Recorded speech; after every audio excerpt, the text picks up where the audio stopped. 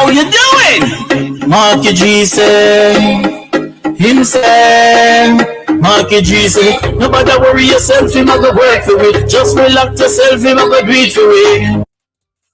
Well, I mean, you know, so loud. If you turn them back down, loud, you know. We're not going this morning, ladies and gentlemen. But I mean, I want samba mood. I'm not telling a lie. I can't come to with the energy if you say, boy. I feel good to me alive. I thank God to my mother healthy. I thank God to my father they are same way. My brother, my sister, them, my family, them all over the world. But my heart is heavy, ladies and gentlemen. My heart is heavy. I want to say welcome to the people on Bolo VNR 2.0. And I also want to say welcome to the people on Bolo VNR Clips. All right. Welcome to the platform. One of the first things we're going to cover real quick before we get into the substantial topic why I'm here.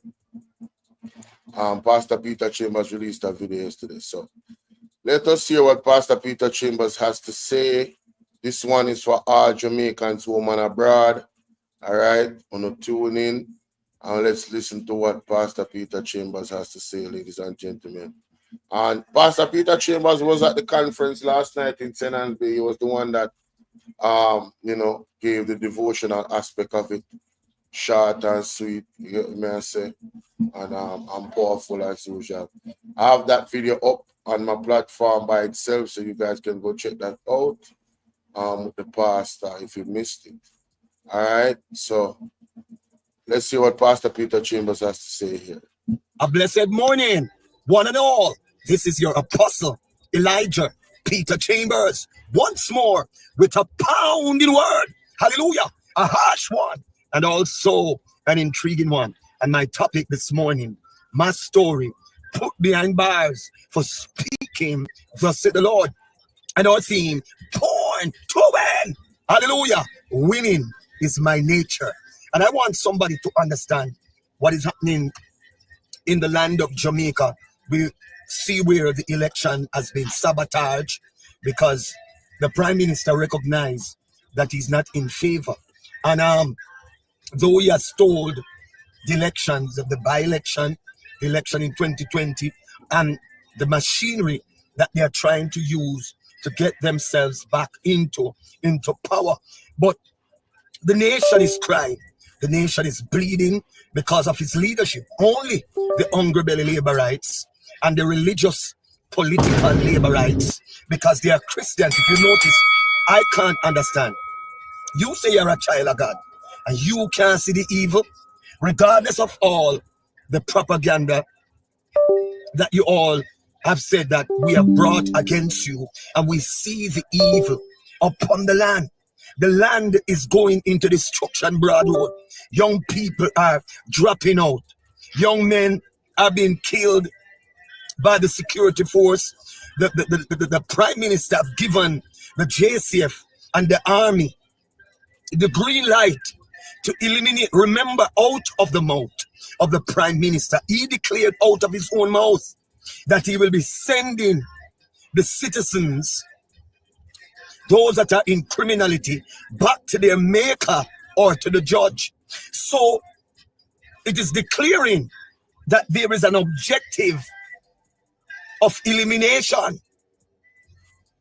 But over and over you see the young men. Why are you killing out the young people? Why are you killing out the young men? Can't you implement a rehabilitating system that you bring these young men, coach them, counsel them, and lead them into prosperity and productivity instead of eliminating? Too many police in this land is eliminating. It is blatant. Where is the constitutional rights of the nation, of the citizens of this land? I have to say, what the pastor talk about this is a great suggestion, and I want to echo that same push as well. Why is it that the government and the minister of security, Horace Chang and Andrew Honest, is not seeking for rehabilitation? Why is it that the they are saying stuff like this. Listen to this. Listen to this short clip. Either meet a judge or meet your maker. Our prisons and police lockups are fully populated. I do not train my police to lose. We have the superior training and firepower to ensure that we win every time. Wherever they go, we'll find them and we'll bring them in, one way or the other. Whether we bring them in the pickup that come behind us in the car, I don't want to come on a stretcher, it's their business. I don't promise that, right? But we'll find them and bring them in. Either meet a judge or meet your maker. Say here, that's how the pastor talk about, ladies and gentlemen. Those sentiments from not only the minister of security, but also his deputy prime minister, the prime minister, and the commissioner of police. Those are some of the most highest ranking officials in our country that is uttering these things. Let's continue. And then you're crying out you want third term, you are your hungry belly labor rights. This is a system that you want to live under. However, what I want God to do, the very evil system that this government have implemented, I am asking Lord to let it backfire on you. Let the very system begin to kill out your son and your daughters. Since you said them, they're not keeping the law. Because all you type on, follow the laws. We look at even the traffic. Listen, it is affecting me. I'm a trafficker. I use the roads of Jamaica on a regular basis because of ministry. There are times I'm in Kingston, I'm in St. Catherine, there are times that I'm in Clarendon, Manchester, St. Elizabeth, Westmoreland, Hanover, Falmouth, St. James, St. Mary, Portland. It was a few weeks ago, I was in St. Thomas. You know, ministry brings me all over. And then the ticket system, it is getting to my head. Because these police, they're out there not because they want to give a ticket, because you violate the laws. And that is what the hungry belly labor rights need to recognize. Because your kingdom is in rulership. You don't care what. It's me ask God to make it backfire. Make the same police go kill off uno sons and uno daughter. And then when uno start ball, then we recognize that evil is upon the land. Jamaica is going down destruction broad road. Jamaica is in trouble. I don't know if you see it. Listen, this is not a political thing. Because some of you seeing through the political eyes. Your labor rightism and your socialism. And your NDMism. Or UCI-ism. Listen, Virgin, we have to come out of that. We have to come out of that. The Guyanese nation are at war because of a teenager who was killed, and this has caused an unrest. The Prime Minister knows the nation wants him out. Listen, the people of Guyana, they came together to get justice. Look at the amount of young ladies, young men who have been missing since this government came into power. And then you're saying that crime has decreased, yet there is constant murder and shooting. What do you want to prove? The people in this land are dying out. The hospital system is a death zone. Nobody wants to go into the hospital, because once you go into the hospital, you are going to experience death. The doctors don't want to check you out. The nurses, everybody watching to see you in your grave, in your cemetery. So the man never tell a lie. This is it's just the truth. Christopher Tufton, Andrew Owens, is the truth. You understand? Yeah. So the health system in this land is atrocious and destructive.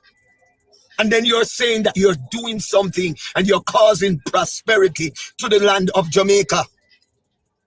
The people of this land, especially the hungry belly labor rights, I presume that you're under a spell. You're under a demonic spell that blinds you for you not to see the truth. All you see is a green cloth. That's all you see. And you rather regardless of all the evil that they have done during the 9 years of his reign. There are a lot of symptoms of corruption, tyranny, symptoms of dishonesty, symptoms of robbery.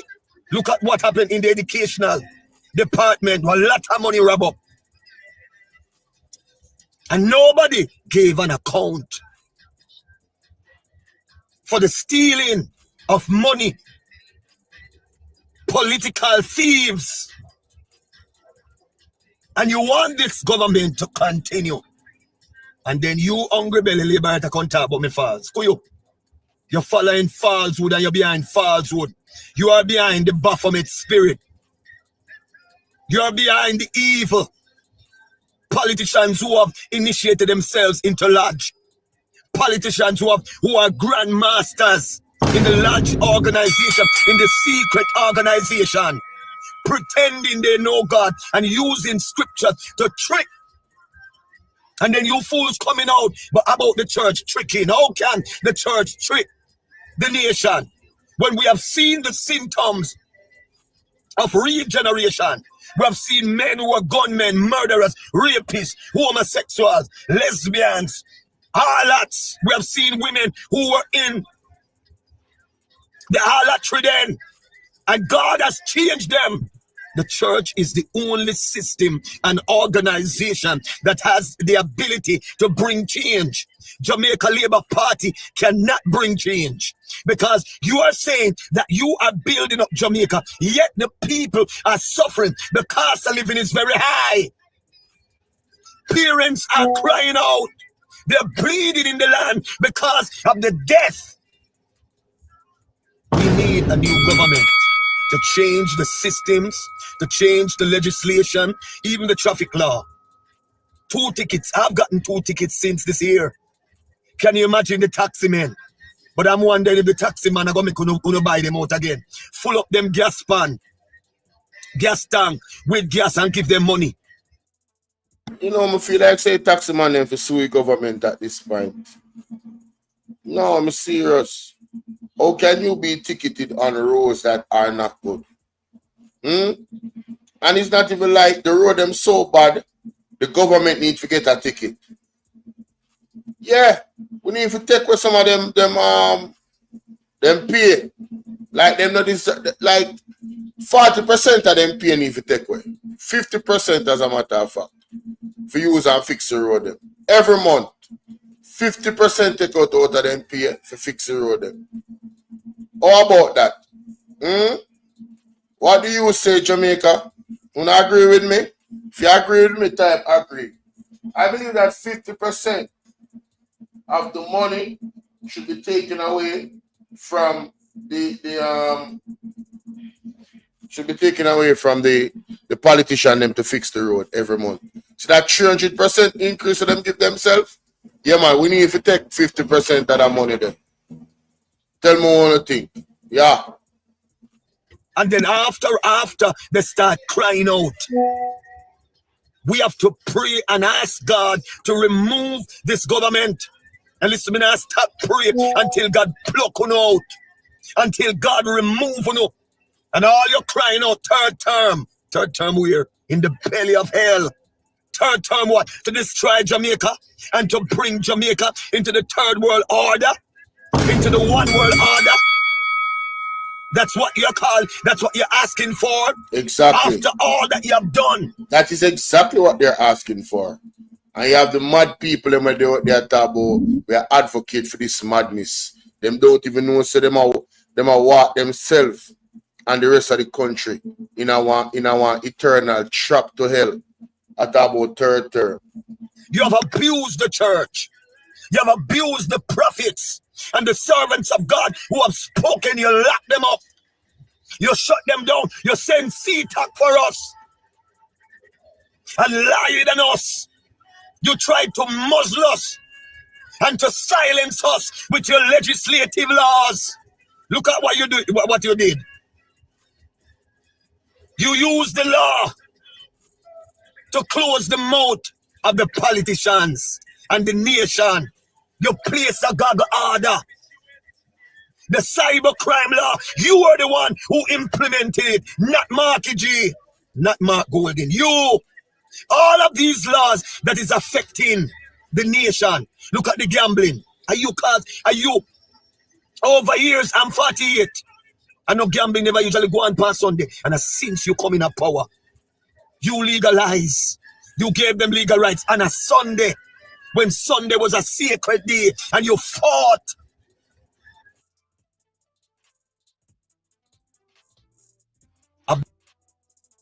Hey, Pastor, knock you with that one day. The Sunday thing with the gambling. Why am I tell you? Jamaica did have a reverence for little Sunday still. I'm not lie, but we don't have it no more, sir.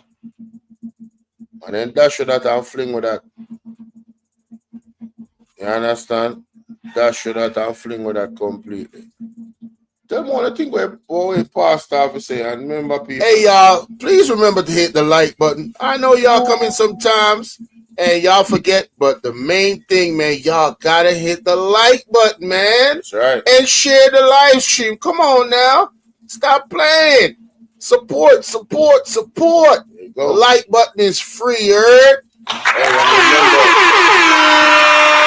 Remember that the donation links are there as well. We got the PayPal, the Cash App, all right, and the Zelle information is pinned also in the description, all right. So let me know what y'all think about what the pastor had to say. All right, let's continue. Let's go. All right, big up Pastor Peter Chambers to the substantial piece. My God. This one is gonna be a feel the burden already. Feel the burden already. Feel the burden already. Yes, so good day, ladies and gentlemen. It's your brother Bolo here. Andre Stevens from Partner Jar TV had a very powerful story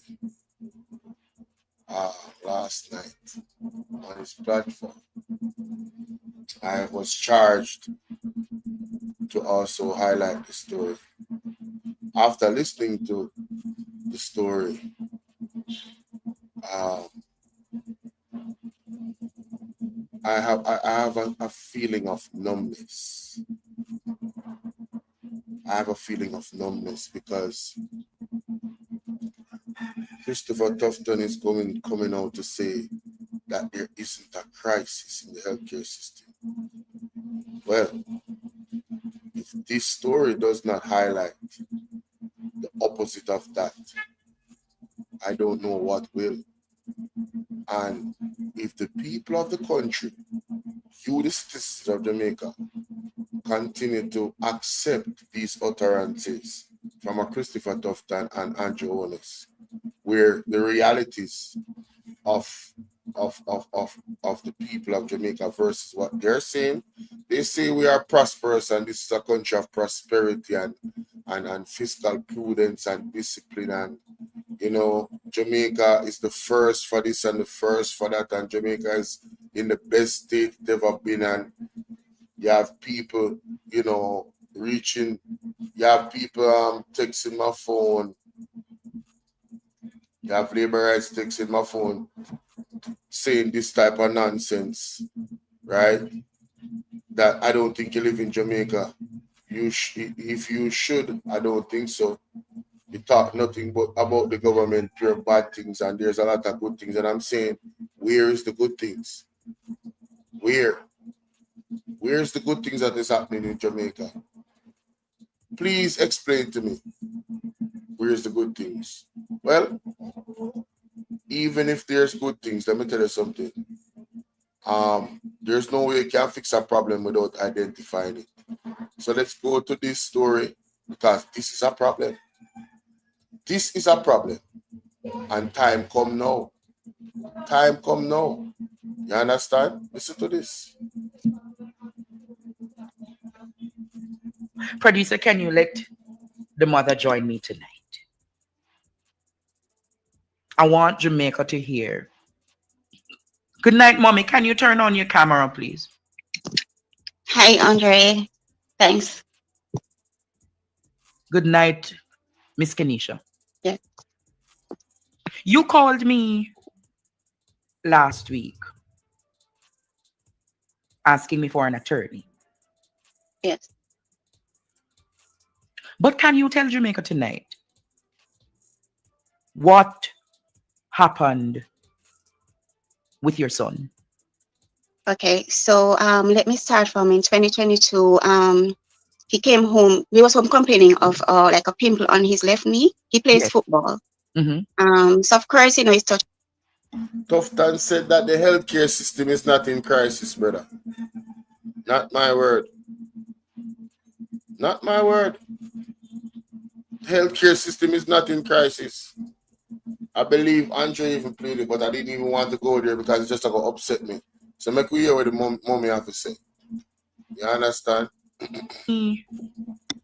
Last week. Right, asking me Campbell, for an salute to attorney. you, my brother. Salute. Yes. But can you tell Jamaica tonight what happened with your son? Okay. So let me start from in 2022. He came home. He was home complaining of like a pimple on his left knee. He plays Yes. football. Mm-hmm. So of course, he's touching it, saying it's, irritating him. I told him, don't touch it because he may get, infected. Mm-hmm. I initially took him to the doctor when he started having difficulty walking. And the doctor said to me, he could give him an injection or the pill. So I said to him, I know the injections will work quicker as an antibiotic. He was more sympathetic to my son, who said he was afraid of needles. So he prescribed some pills, antibiotic pills for us, and said to come back within 2 days, which was a Wednesday. Yes. When we went back to Friday, his knee was badly swollen. I had to lift him up. Mm-hmm. The doctor then called an ambulance and we went to KPH. So it was KPH first. We got there at 2:30. Yes. However, I went through the emergency section and he was admitted at 8 o'clock. So we're there for hours before he was told you're going to admit him. Mm-hmm. When we got to the ward, yes, the surgical team was right. It came right away and they did the treatment. I guess all the needles he could get that night. The first doctor that addressed him, I think, was still in training because he did not know where to put the needle. He put the Wow. needle on the wrong side of the foot. And he was Mighty God. Ball out! Whoa! Yo, yo, yo. We need help, Jesus. Allegedly, the doctor or the practitioner put the needle on the wrong.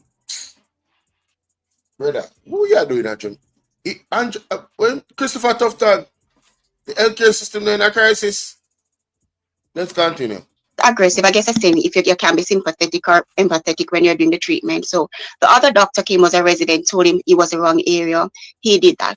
Anyway, he did a surgery the early Saturday morning because it was a Friday. So he did surgery Saturday morning and they said he did a washout. He had to Yes. go back to Tuesday because they said it wasn't done properly or there's more, pus there, stuff like that. So we did that.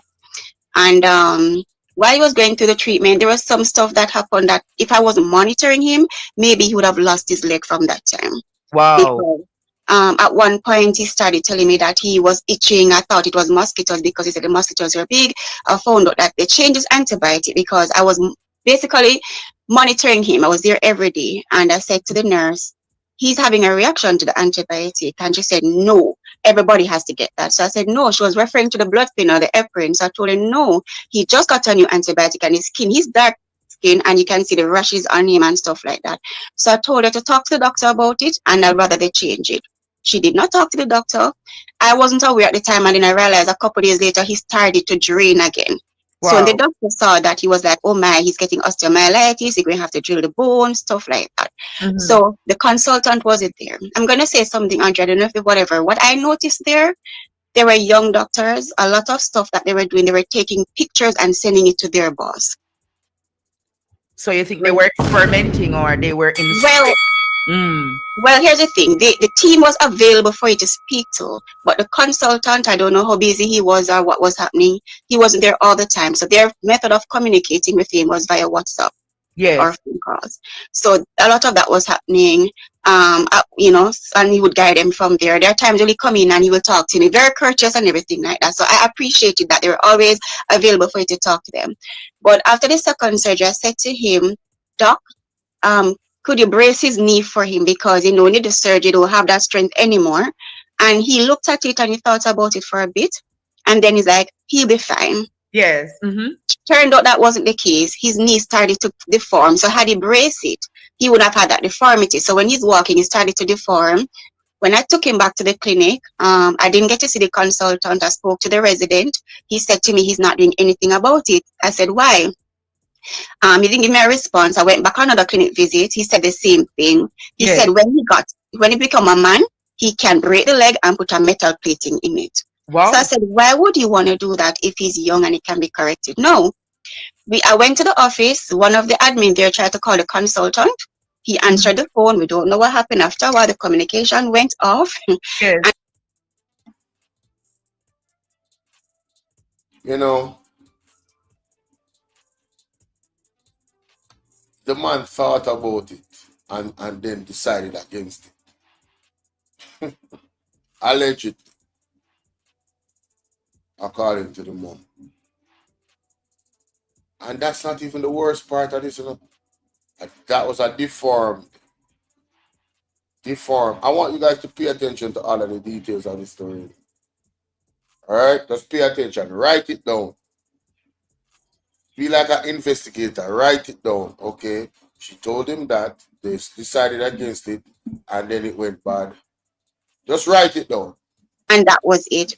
So when I took him back to this next clinic visit, I said to him, Doc, something is really wrong. He didn't come in with his foot deformed like this. What you're going to do?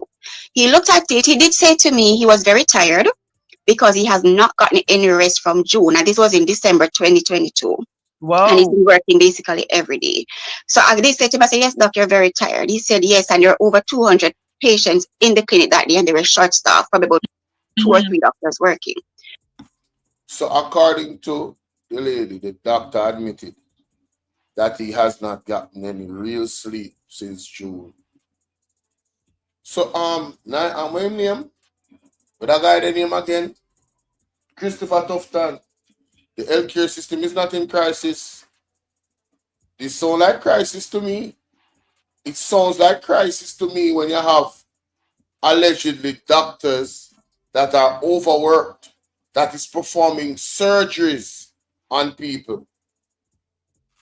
When you have people that is, quote unquote, them just start the job and probably overwork themselves and allegedly sticking the needle in the wrong knee or the wrong side of the knee. Doctors so tired that allegedly the mom said to them, listen, just go ahead and brace that knee, because I think it's best. You know, thought about it, maybe because he was tired, decided against it. You know, tiredness can do that to you, you know. So, Christopher Tufton, the healthcare system is not in crisis. You still think so? Yes. So he sent for an x-ray and I did it. And then I took that result to his other doctor. And that doctor referred me to a specialist. He's a well-known sports specialist. So when I took him there, he looked at the x-ray and he said to me, yes, they did a pretty good job in terms of treating the infection. However, based on the type of deformity, my son's foot cannot stay like that because he's now having what you call a bow leg, and it's gonna get worse. And because it's unbalanced, he's trying to like lean, his body's walking like lean to the right. And I was concerned about scoliosis or effects on his spine, stuff like that. And he was kind of walking with like a little kick, you know, him walking and kicking. So he said to me, he's not doing those surgeries anymore, but however, UWI has a team of doctors that specializes in this. So this was in 2023, January. Yes. So we got a referral to UWI, and that is how we started the journey there. When I went to you, the same junior doctor from KPH was there, and he said to me, what are you doing here? I said to him, we'll soon find out. Oh. So when we went into orthopedic and he looked at the x-ray result, he was like, oh, he knows he's what I'm talking about. but it's a different team of orthopedic surgeon persons will look at it.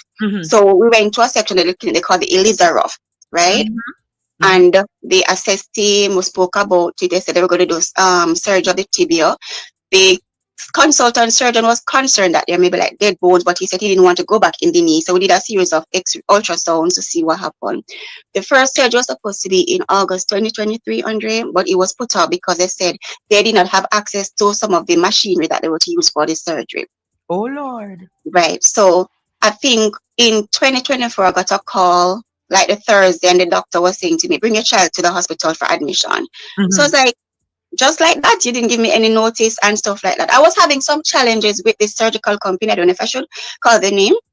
They supplies orthopedic stuff. Ball out everything, lady. Ball out your pitney dead. Ball out. Okay. So we got a prescription from them to go to Surgix to order some items. When I went, when I checked in with them, I asked them if they took accept health cards, health insurance. They said no, they don't. No, the cost of the items were $252,000. I even called the Montego Bay office to find out, if it's the same thing, and they said they don't accept insurance. So I said, how long have you been in business? Are you new? They said no, about 6 years. So I went to the insurance company for my son and I said, what reassurance can you give me to say that this is going to be paid for because they don't want to take insurance? This is separate from the UE bill, which at the time was 284,000 something, right? Yes. And they said I would have to pay it up front and then take it from there. A cousin of mine said to me, as we're discussing, I said, maybe because the insurance companies are not paying the money on time, these companies don't want to accept the health insurance. So she referred me to the Ministry of Health and said, go in and talk to them and find out who, oversees these, these incidents. And I went there and I spoke. Well, initially I wrote the email. Sorry, I think the email was the 7th of November. And then I got a call in December and they said the email came to the wrong team, but they're going to forward it to the correct team. Yes. Initially, I don't hear anything from them. And I think this was November 2023. So about April 2024, I went to the ministry. Yes. They can't find the email. The email disappeared. The email disappeared. Yes. So when I spoke to the young lady there, she said to me, I was to write over the letter, change the date, as if I'm just as coming to them. So I said, no, I'm not reporting anybody. The original date stands. Yes. So she said, okay. She gave me some instruction what to do, get documents from in school, stuff like that. I said to her, remember, I have insurance, She said, don't worry about that. We're just doing what we, So initially, they sent me with an invoice to go to Surgix. When I went to Surgix, Surgix changed them tune. Oh, yes, they do accept insurance. They don't swipe the card. So I said, I didn't expect you to swipe the card for that amount. I expect you to do a pre-authorization. So after all those up and down, I remember this was October 8th, 2024. I sent information to Surgix. Surgix said they sent out the email the 9th of October. The insurance said that they will respond within 3 to 5 working days. 25th of October, no response from Surgix. I called them. They don't get anything from the insurance, nothing like that. When I got in touch with the insurance, they sent me an email within 5 minutes to show that they responded to Surgix within 5 working days, the amount that they would cover. And Surgix is telling me they did not get the email. Wow. So I went back to ministry. Other stuff, my son file went missing. And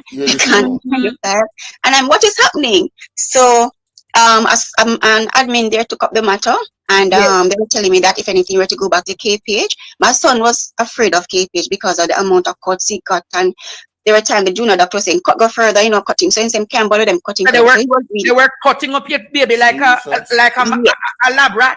So the amount of needles he got and the way how they handled him, he was so scared because a patient at KPH had told me that at one point he looked at the doctors and said, one of the wickedest set of people about if you know wicked one more time. That is how he was lashing out when he was there. So he was so traumatic, he did not want to go back there. So he said, Mommy, I'm not going back there. So I said, okay, we'll continue with you. So ministry at the time said, okay, because of all this, they said to me, listen, we're going to take over this part for you. We're going to handle it, right? So I was like, okay, thank you. Now, when we went back to the hospital in December, they sent me for another x-ray because the doctor said, come March, he's going to do the surgery because he's a paralytic patient. We're so, okay. We discussed it. He has, he's a sickler, but he's on the milder side. He has HBSC. So he's not someone who gets sick often. He's monitored by the sickle cell unit. Oh, and his last visit. So he has sickle cell? He has sickle cell. Oh, my Lord. So his last visit was in I think it was January 2024. So they had given me some tests to do, and of course he normally goes like every 6 months for checkup base, because he's in good shape, so to speak. He's one of the very healthy. And the result came back that everything was okay. His blood count was 11, which is good. No, the doctors, we spoke to them about that, and they knew that he had sickle cell, and thinking that they're monitoring based on it. I said to them, any concerns at all, you can reach out to the sickle cell unit, and if you want any information, I can go there as well, because I'm that type of person. I'm not afraid to run up and down and get the information for him because I want it to be better. No, they said to me, of course, they kept asking if I made a payment, stuff like that for the, I said, yes, that's taken care of. And they said, okay, I need to bring proof because that has to be shown before he's admitted, stuff like that. They did another set of blood tests, and they told me that we were to get some blood donated, at least a pint of blood or something like that, a unit of blood they needed, just in case.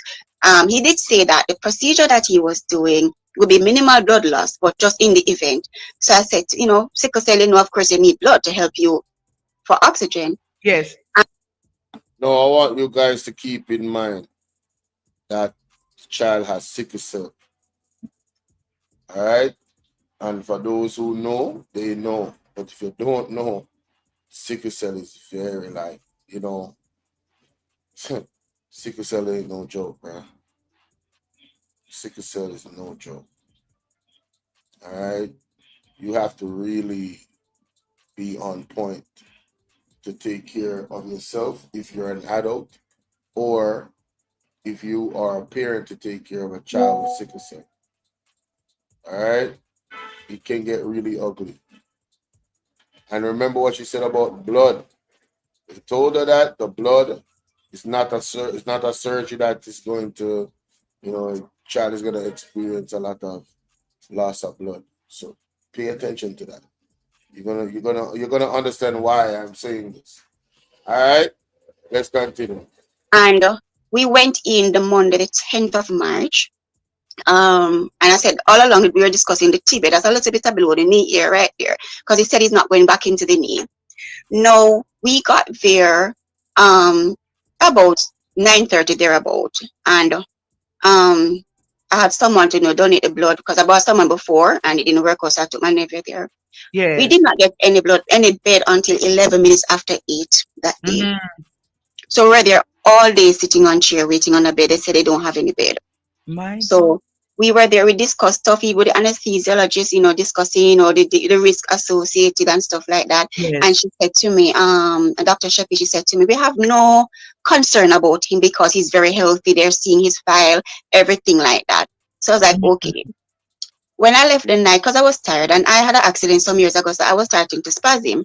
So when I hugged him the evening and I went home, and they told me he's the first one to go into surgery the following day. I spoke to him just before they took him out. So he went into surgery at 7. Initially, I asked them how long the surgery was expected to take. They said 3 to 4 hours. If there's any difficulty, it will go like 6 hours, right? So he went into surgery after 7. I decided, okay, if anything, I would go there for visiting hours just to see him.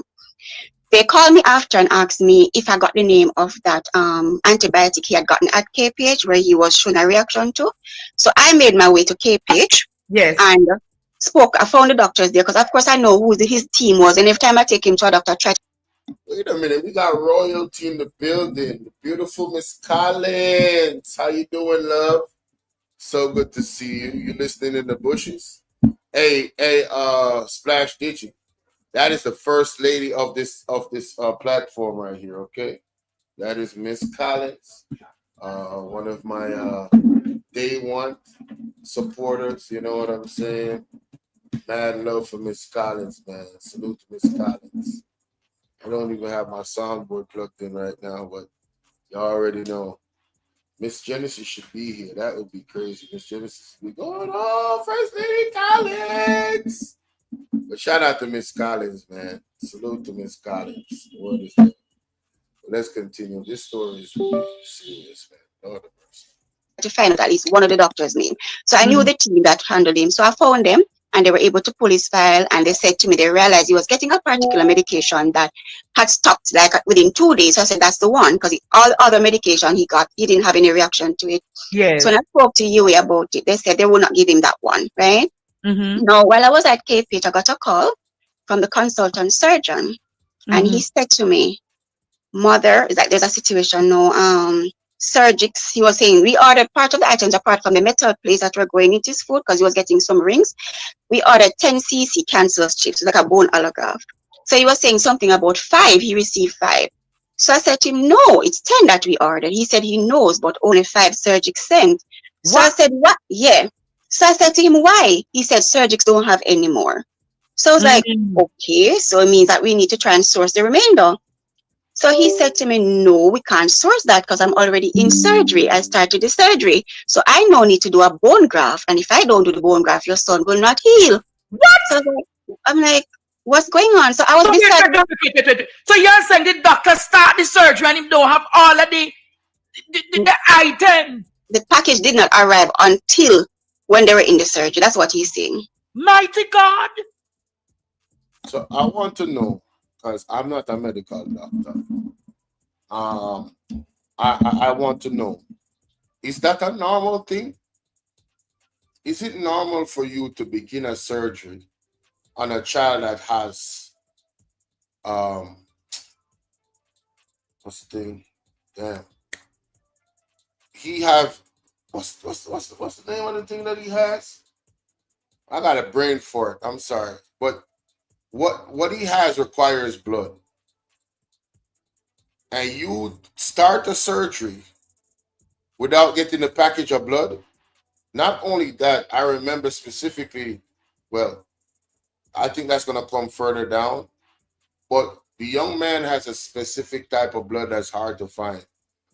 And you start the surgery. Sickle cell, thank you so much, Royal Bless. Thank you so much. Sickle cell anemia, like, you start the surgery without the blood? Is this, Christopher Tufton, I know you're not a medical doctor, but you are the Minister of Health. Is this a normal procedure in the Jamaican healthcare system, or are we in crisis? Are we in crisis? Are you saying we're not in crisis when a sickle cell patient, a child, goes into surgery and there is no blood and they begin the surgery? The package did not reach yet. So basically, they put that child at risk. If this story is accurate, what the mother is saying, because this is a court case, if this is accurate, if this is true, they are liable because they put that child at risk by not waiting to receive the package. Let's play that again. This is absolutely crazy. I'm telling you, man. So it's like, okay, so it means that we need to try and source the remainder. So he said to me, no, we can't source that because I'm already in surgery. I started the surgery. So I now need to do a bone graft. And if I don't do the bone graft, your son will not heal. What? So I'm like, what's going on? So I was Wait. So you're saying the doctor start the surgery and him don't have all of the item? The package did not arrive until when they were in the surgery. That's what he's saying. Mighty God. You know, so I had no choice, but so I said to him, I'm going to make my way to the hospital. He said he can't wait. I have to give him a verbal over the phone. So the doctor beside me, Kate, was saying, well, his bone is good, but, you know, I'm saying there's nothing I could do. So I said, go ahead. So I was there, I went home actually, and I researched hip bone graft. And it looked painful. And I'm like, oh my God, with this is an additional stress on his body, being a sickler. So when I went up there, we're waiting. I was like, he's still in surgery, knockout surgery. About 5 o'clock, I got a call. Yes. And they said to me, he's out surgery now. Mother, you can make your way to recovery. So I went by recovery and knocked the door, and they told me I had to wait outside because they were busy. I was out there for a little over an hour. A nurse came out and said to me, they need a bottle of water. So I got one of, I think it's what they call 1 liter, that tall water for him. Yes. And I gave it to her, and they said, wait some more. Then they called me in, and I was able to see, and they told me to wash my hand. The first thing I saw, Andre, was his lips were white and swollen, and his face looked big, so his face swollen. Wow. So, but his eyes, he was open. I was like, why your face swell so? And he's like, my lip turning, touching him lip. And then he was like, thirsty, want water. So I looked at them and I said, no, I've always heard this. when an individual is thirsty, that's not a good sign, especially when they did an operation. If they're extremely thirsty, it's not a good sign. If you lose appetite, it's not a good sign. You start refusing food, it's not a good sign. Now listen to what happened. What was the response here with the concern of thirst? Listen to this. I said, "Where's the water I gave?" Nobody answered. I had a bottle with some water in it, but I didn't want to give him because I said, I don't know, whatever. One of the doctors, I think it was a nurse or a doctor, one of them in there said, "Wet his lip with it." And he said, no man, I want more. So she said, "You're on fluid." It's not dehydrated. Dehydrated. So he said, want more. She said, "No, you're on fluid." And he said, water.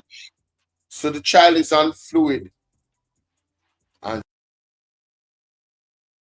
still is thirsty. That should have been a wake-up call right there. That should have been an indication right there for the and I'm not a medical doctor, but it's just like common sense. The child is on fluid, but still the child is thirsty. Something is wrong. Something is detrimentally wrong with that situation. Well, let's continue. And I said to him, "Can you feel your foot?" Him kind of thing. But each time he's talking, he was nodding in and out of consciousness. Him nod off, him come back, him nod off, him come back. A nurse came to him and said to him, "How much pain between 0 to 10 are you feeling?" And he said 6. And then he nodded off again. And she said, "Okay, I'm going to give you some pain medication." When I looked at him, Andre, his chest was like this. He was doing like this. His chest was vibrating. So I said, "I don't like how he looked. Why is his chest going on like that?" And the lady, well, I don't know if it's a doctor or not, but I assume it's a doctor. She looked up at the machine and she said to me, "He's okay because the monitor shows his heart rate is normal." One of the nurses was saying to me, "Oh, it's the warming machine." I said, "Which warming machine?" She showed me something on the floor. I said, "That's on the floor, not doing anything. Something is not right. He's breathing."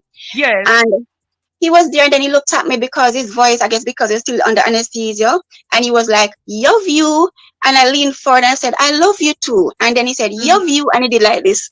And those were the last words my son said to me.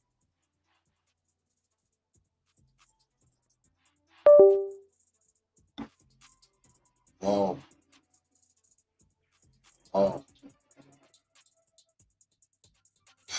Man, listen. Right? No, I said to them, "Let me see the surgical area." And she said, "Okay, I'll show it to you because he's sleeping." And I said, "Yes," because I didn't want him, his eyes easily open. He would sit and panic. So when she showed it to me, he had a scar in the middle of his knee. So I was like, but the doctor said I'm not going in the knee. And there was a scar to the side of the knee. And then, of course, the one at the hip side.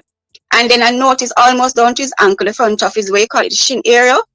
There had a scar there. So I said, "What happened? Why is that chop there?" And a doctor turned to me. I know it's a doctor because he was on his orthopedic team. He said to me, his foot was deliberately broken because we're doing it for lengthening. So, so that one foot don't shorter than the other. And I was like, okay. I stood there looking at my son and I said, "Lord, please don't let those be the last words my son said." I just didn't like how he looked, Andre. And he was there. And then, of course, because I said he went back to sleep, after a while, I went home. Before I went to the ward. I was about to take the bag because I said, "It don't seem like you can come back to the ward tonight." One of the nurses said to me, "No, mommy, him soon come up because recovery call and said them soon send him up." And that was not the truth. That was not so. That was a lie. I went home. It took me like an hour to get home. So about an hour and a half, I got a call. And they said, "Mommy, we just want to give you an update on your son. He's still in recovery and we're monitoring him." Yes. I said, "Thank you very much for that." Half an hour later, I got another call. And she said, "Mommy, this is Dr. So calling from UWI Hospital. Just want to give you another update on your son." At this time, kind of flashed to my mind that maybe he's awake and they're sending him to the ward. Her words after that were like, "Mother, when you do these surgical procedures, there are risks." Every energy left my body when she said that. And then she said to me, "Your son woke up confused, disillusioned, he didn't know where he was, and then he became unresponsive." Yes. And his blood count." And she said to me, "We underestimated the loss of blood." So I was like, "What?" And she said his blood count went to 4. They underestimated the loss of blood. Remember what we said? sickle cell patient. They told her that, according to her, they told her that the blood, the surgery, there's not too much blood loss. That's what they told the mother, you know. Right? Now, couple that with the fact that the quote-unquote blood, the package was not there before they started the surgery. This is a whole mess. This is a whole mess. Pick up yourself, Splash DJ. This poor mother, that poor young man, that child. He's the one on the poster, you know, on the thumbnail. That's the young man. That's the young man, Michael Cole. I'm telling you, this is a heartbreaking story. And we have a minister of health saying that the healthcare system is not in crisis. Yo, this dude really pisses me off. This is the same guy in the pandemic, you know, and I will never forgive Christopher Tufton for this. And I don't think any well-thinking Jamaican should either. All right, as far as I'm concerned, that man is the devil. And I'm going to tell you why.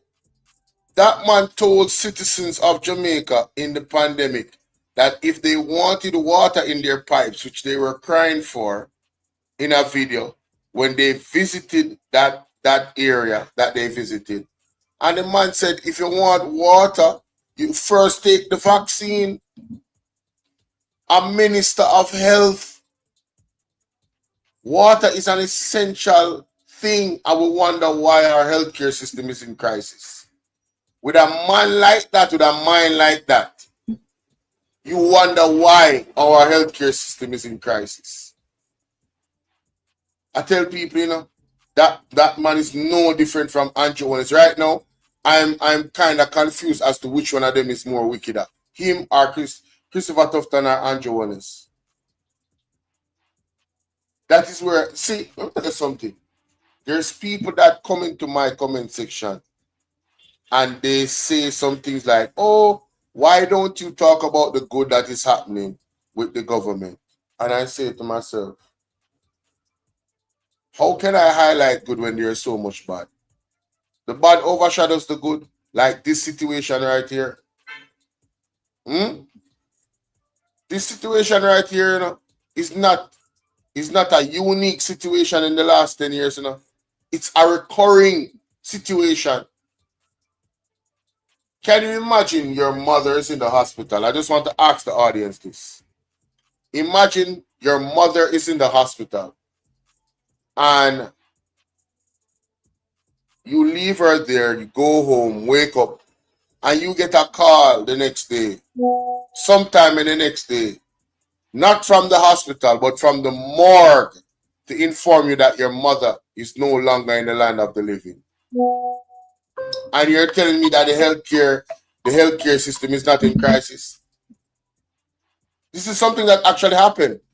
The morgue called a son and a daughter to tell them that their mother is no longer in the land of the living. A morgue. Not the morgue at the hospital, you know. A dead house. An official dead house. This is Jamaica, presently, where there's allegations that ministers of government either are operating morgues or have close associates or close friends operating morgues. This is the Jamaica that we're living in right now. And they want to tell us that the healthcare system is not in crisis. I simply cannot wait. It cannot happen soon enough where Mark Jefferson Golding and the PMP takes a hold of this country and start to deep dive investigations to uproot all of the nasty, filthy stuff that is going on.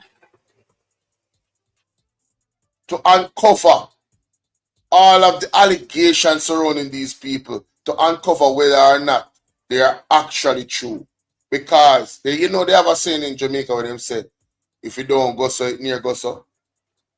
I being a big up. Charmaine King, big up. I'm telling you, it is, you cannot listen to this and don't get emotional. It is actually impossible. You're not human at this point. There's no way.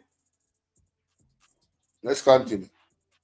No, he's coming from 10, 11, went to 4. Went to 4. Went to 4 before you realize he's, and she said he's losing blood, but they don't know where.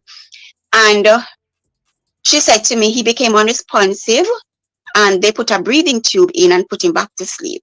Wow. So she said, how far away are you living? I said, Doc, what's happening? My son died. She said, no. She said, but he's very, very sick. He's like the 12th sickest person in the island. I was like, no, man. I said, he's dead. She said, no. I said, he's 50-50. She said, we don't use that word. How far away are you, mother? Because his heart can stop at any moment, but we'll do everything to resuscitate him. Come to the hospital, but don't come alone.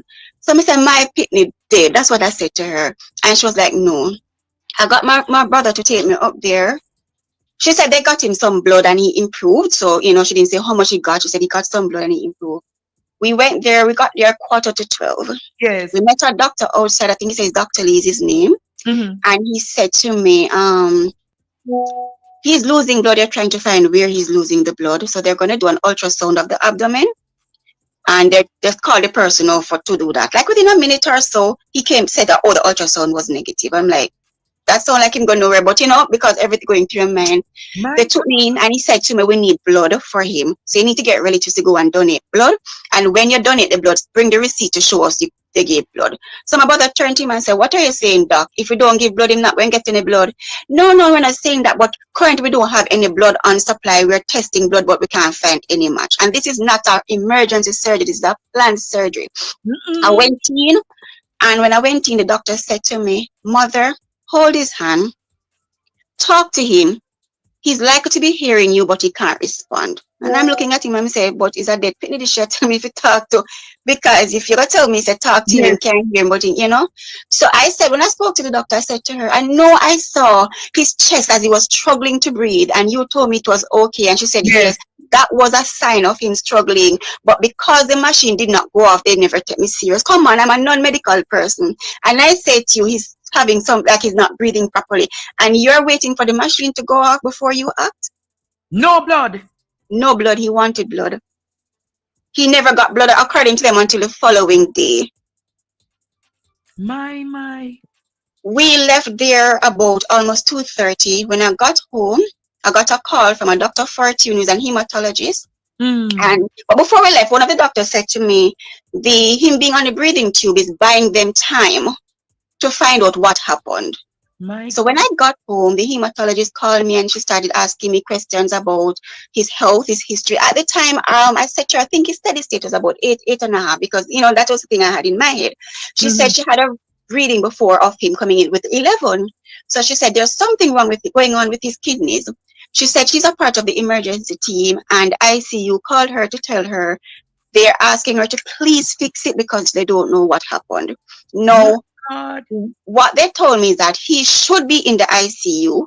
However, he's still in recovery because ICU had no bed space.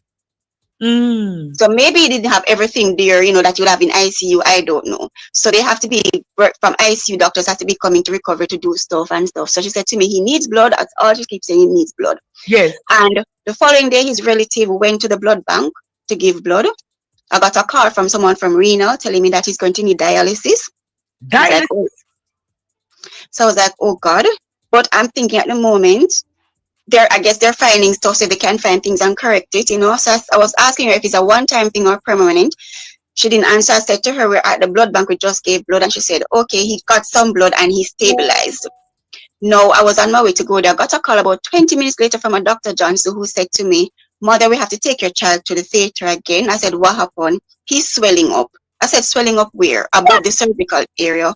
So I said, is that the knee? He said, no. So I said to him, Doc, where? He mumbled, he didn't want to answer. So I said, Doc, don't play with me. Where? He said, the thigh groin area. So I said, I'm coming to the hospital. He said, he can't wait for me to come to the hospital. He need another verbal from me so he could do a procedure on my son and that will correct his issue. So I said, Doc, take care of my son. Please take care of my son.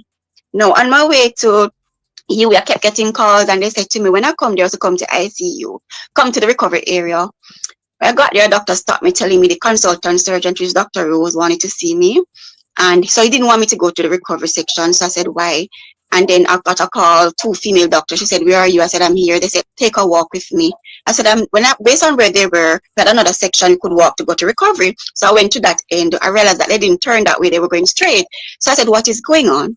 Mother, just walk with us. Just walk with us. I said, tell me, what is it you have to tell me? Don't do that because right now I realize it's not good news. She said, Doc is coming to talk to you. Did you come alone? I said, yes.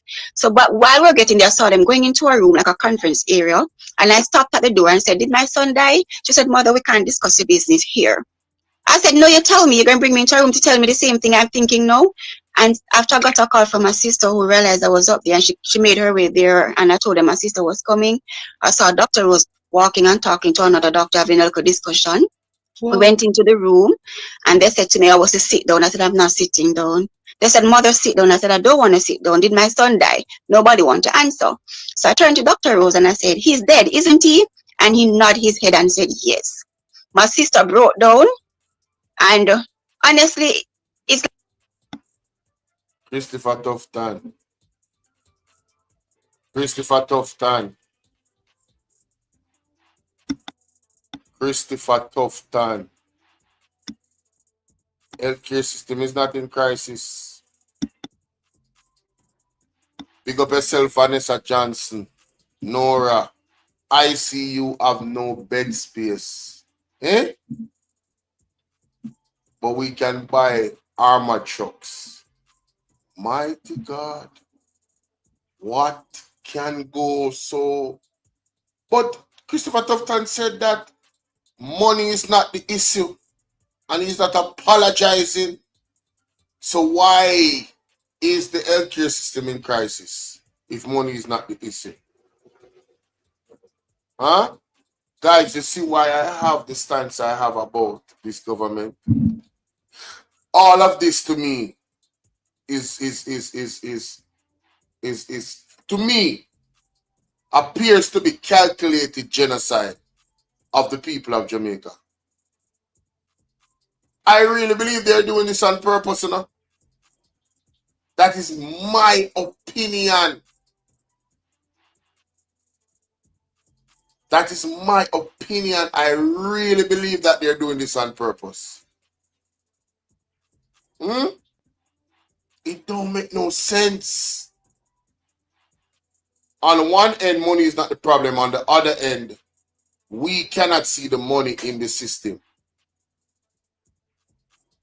The system is in crisis. But yesterday you're saying it's not. When you see reports like this. like my heart stopped and come back and I said to them, take her out of here because she's going to break me down. And I looked at him and I was like, you know, you can't figure you do a foot surgery. Yes, you're going to tell there is associated. I said, my child is dead. And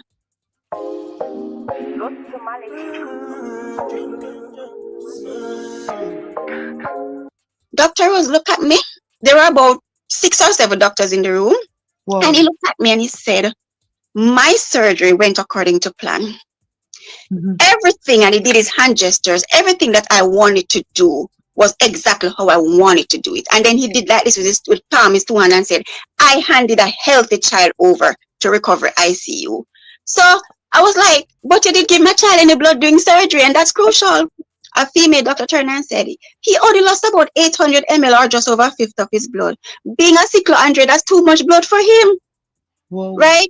So it is then now one of the So if this person actually said that he only lost a fifth of his blood, it's clear that they don't understand their actual job, because they would have taken into account that the young man has sickle cell, and a fifth of blood is not, you know, that bad for a healthy person, but a sickle cell patient, like, again, this is the story. These are all allegations, right?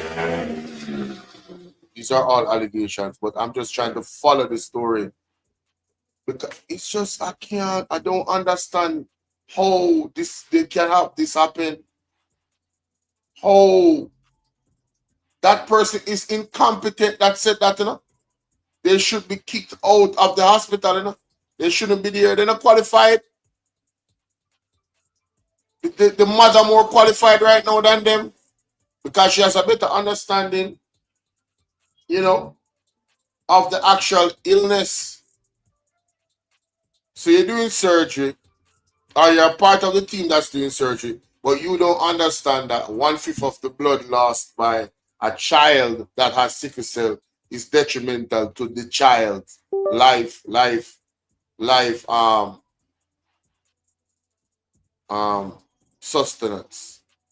sustainability.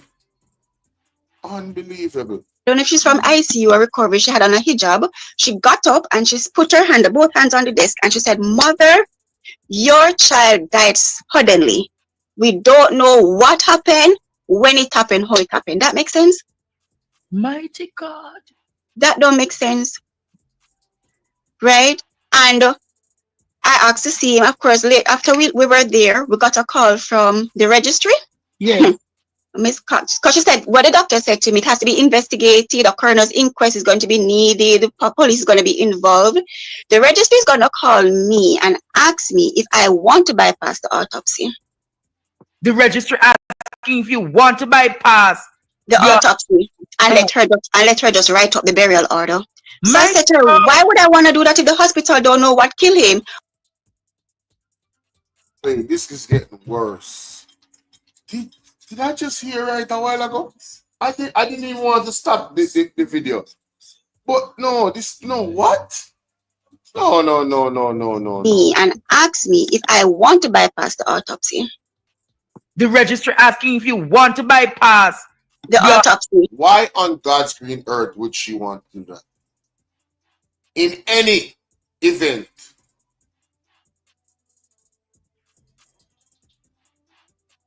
Why would you that was so insensitive. For one, and suspicious for two, that you would ask her that. And let her just write up the burial order. So I said to her, why would I want to do that if the hospital don't know what killed him? Oh, mother, I'm just asking. So we went there the Thursday. My sister and I went there to say to her, I hope you guys are not thinking of doing an autopsy behind our back, right? And she said to me, no, we need your permission to do it. So we said, okay. And she said, we can't do it without your consent. She said, let's go for the file. She went to ICU for the file and she said, yes. ICU told her it has to be investigated. So I will need to go by the station and get a police officer to come and officially identify his body. Then she said to me, hold on, let me confirm with the pathologist if the pathologist agreed. And I'm like, okay. She went there and she came back about 10 minutes later and said, yes, the pathologist says it's within my legal right to get to know what happened to my son. So we went by the popping station, we gave her a statement. The police came to the hospital. When we got there, we handed her the receipt that, from the police station. She was like, autopsy is tomorrow morning at 8 o'clock. That's a Friday, So we said, no. You said you needed our permission. She started to go on. We don't need your permission for this. This is a government business. And she started going. So my sister got upset. I would knock the door. I would start to say, no, you can't do that. And I said, and the pathologist would have to agree. And the pathologist will agree because we said we wanted an independent person to sit in. Yes. If the pathologist don't agree, what we're going to do? Mr. I'm going to roll up here. Any other pathologist tell me, say me can get an independent person. So the police officer said to me, he was calming down and he was like, Mommy, she's talking in medical terms. I don't know what medical term that she talk about, but I guess he was trying to see that things look too bad. So we went to the pathologist and she said she got the file Wednesday night to go ahead and do an autopsy as soon as possible.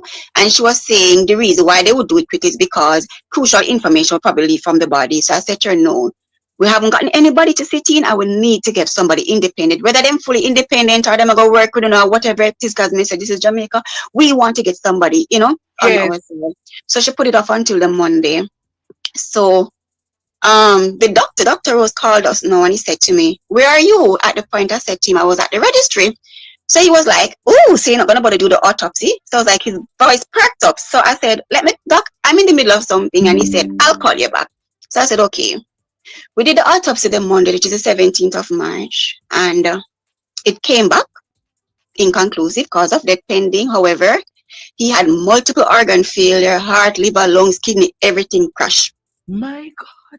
And his spleen was, I think, twice the size. And I'm thinking, oh, nobody knew that. You're there and you did not see that his spleen was collecting the blood. And they told me they did an abdominal ultrasound that would have shown. And you didn't even need to do an ultrasound to see that his tummy was swelling up.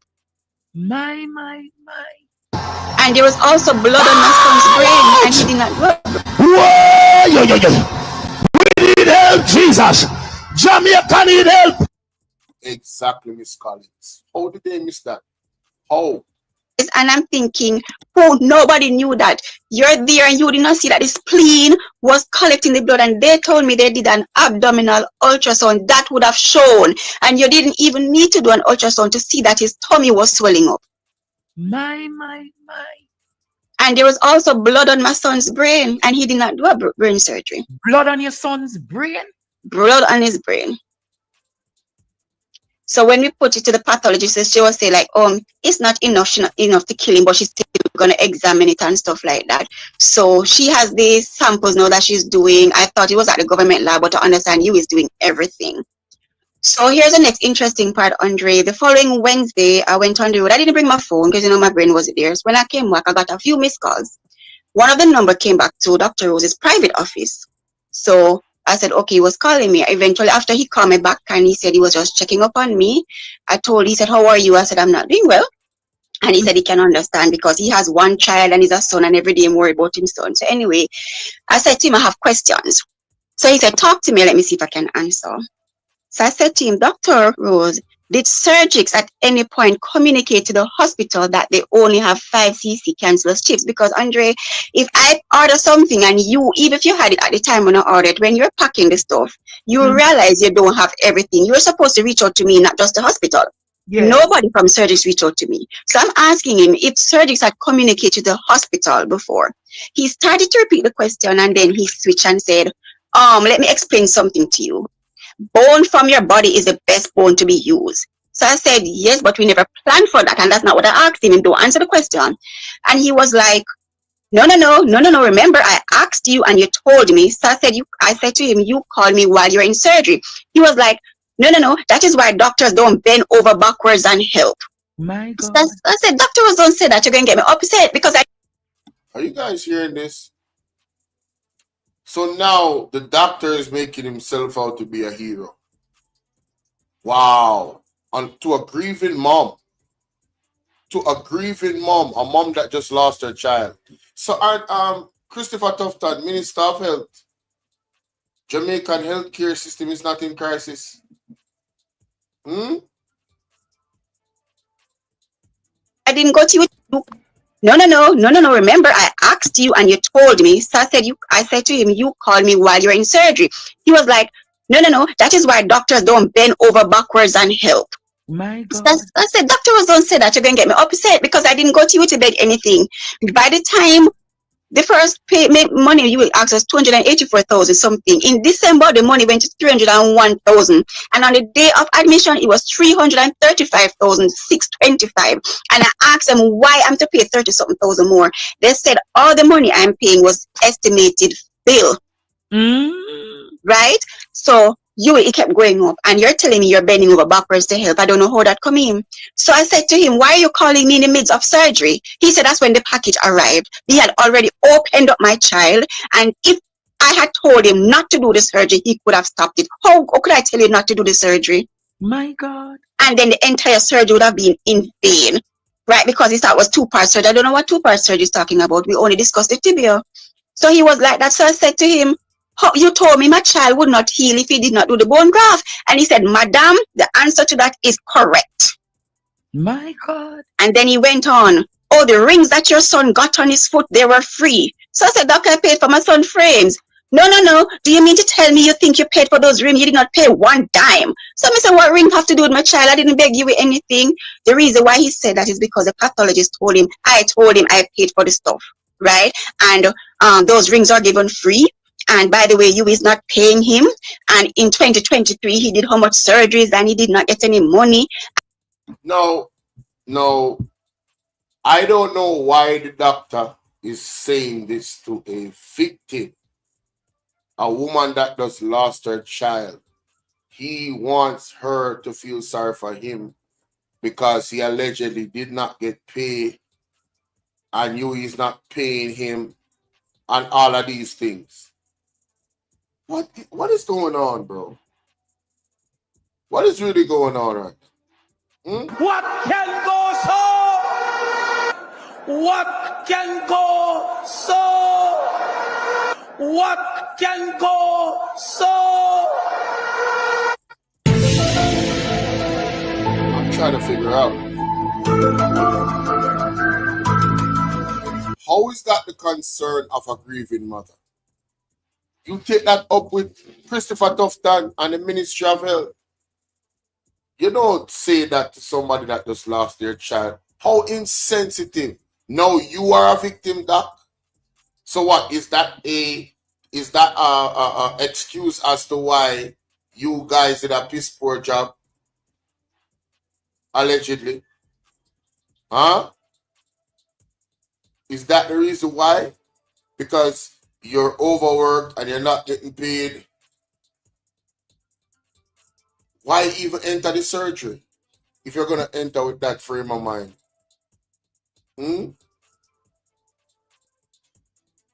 Is that why you started the surgery without the package reaching, which is the blood that is necessary and vital for a sickle cell patient? Like, what are we doing? What is this? What the hell is this? Stuff, right? And those rings are given free. And by the way, you is not paying him. And in 2023, he did how much surgeries and he did not get any money. And he went on to 2030. What you said, Dr. Rose said? You will what? You are not paying him because according to he's volunteering his time. So it's what he's doing. That have nothing to do with my child. And the meme I volunteer for. Wait. So the Dr. Rose said you will not paying him. Right, because he said he retired in 2010 and he did so much surgeries and he don't collect for them.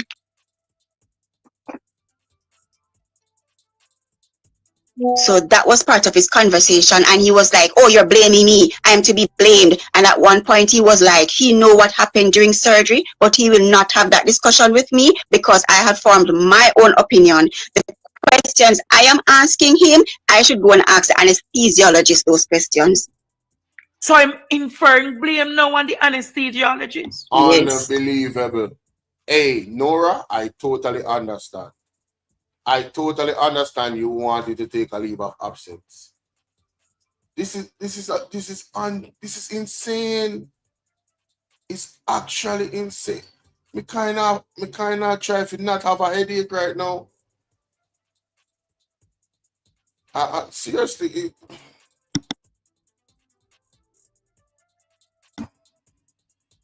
That's what he said. Oh my God. Mighty God. Wow. So your baby suffered. He suffered. He did not get any blood. His surgery, when I got the provisional autopsy report, his surgery was 8 hours and 20 minutes, Andre. No blood. 8 hours? 8 hours and 20 minutes. So he developed a condition called rhabdomyolysis, which is serious because it's similar to persons who do strenuous activities, or you ever in a vehicle like you squeeze up and cramp, or when you come out you can't move.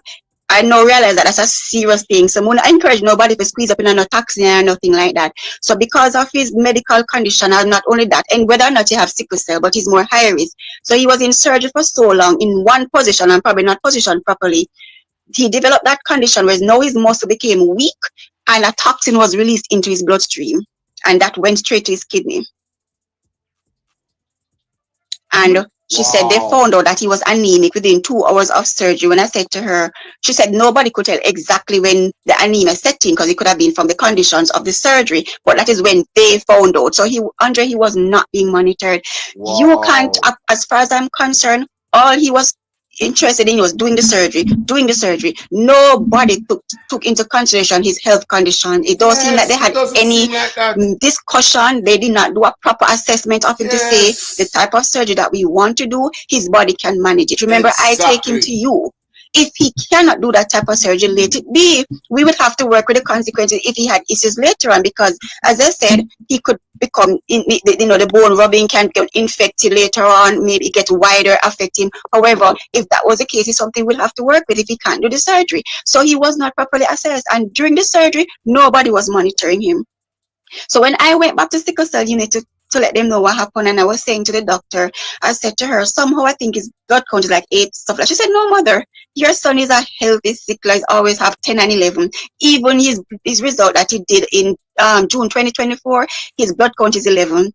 Healthy child, and that's why they authorized the surgery, because they got his health information. However, because you're doing a surgery, even though he's under anesthesia, he's not feeling the effect. His body is getting those struggles, those pressures on his body. Nobody monitored him. No blood in surgery, and when he came out of surgery, recovery didn't have any blood either. So it's when his heart gave out. Wow. That is when they were now running up and down trying to get blood. Nobody had any standby blood for him. Right? What Dr. Johnson told me too is that one God Almighty cutting Andre from my son buttocks go down to him, What he said to me was that what they were looking for, they did not find it. So it was an unnecessary cut. Right? Them slice up my child, and he's gonna tell me what they were looking for, they don't find it. And that is when his heart gave up, because his heart could not take anymore. So according to him, it's a second surgery kill him. No. On the day of the autopsy, when I'm talking to the pathologist, she said the note told her is same place on the bed in a recovery and cut him. Dr. Johnson told me, he can't make me got theater. And I said, what? He was taken to theater. She said, no. They cut him same place on the bed. And they were trying to resuscitate him there. So 2 different information that. People, trust me, this story gets worse. Oh my God. So they tell you that they carry him to theater a second time. And where did they operate on your child? The pathologist said when for the second operation on the Wednesday, when they said they were going to do the thing on his leg, they're going to relieve pressure from it. It was done same place in recovery on the bed. He was not taken to any theater. Mighty God.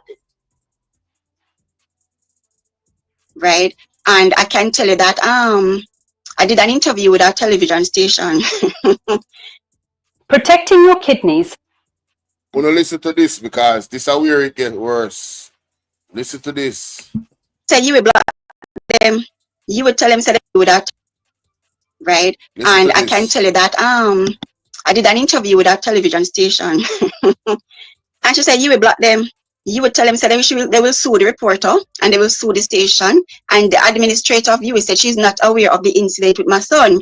If I have an issue, I should file a claim against UE. The matter will go to court and it will be private between me and you. I mean, I understand no private between me and you, nothing. And I don't want to keep it private because you don't know who else this might happen to. And Andre, when I contacted Surgic said them send everything to UE. They never shot and no cancer strips. So what the rest of cancer strips gone?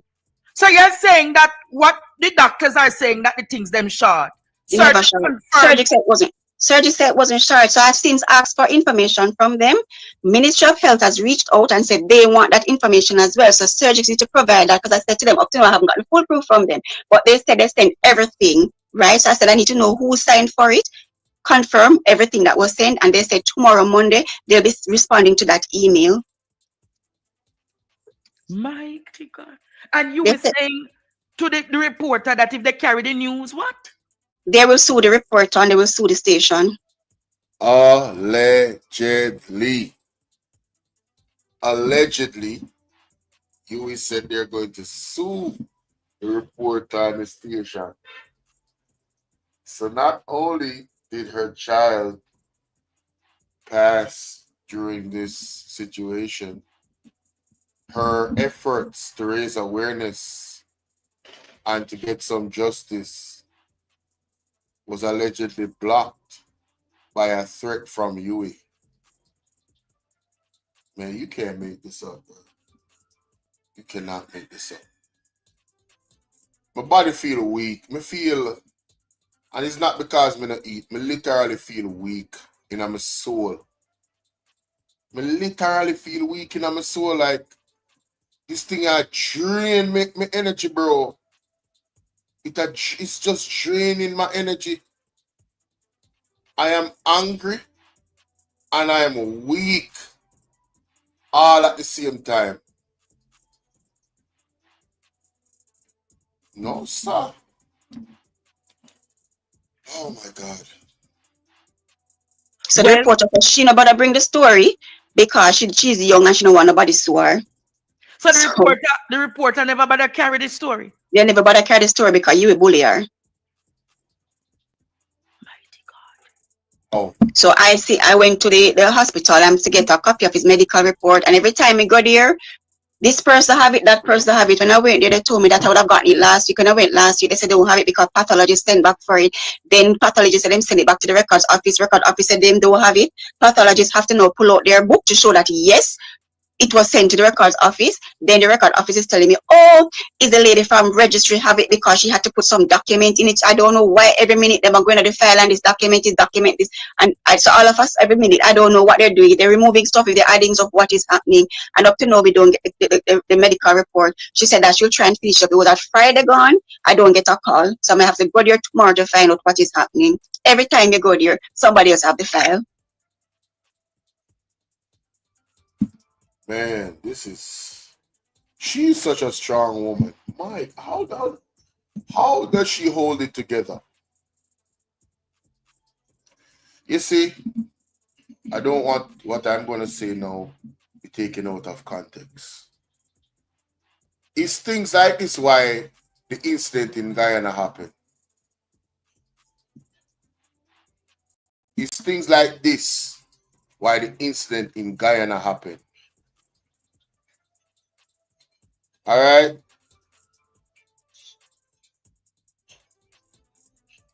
Mighty God.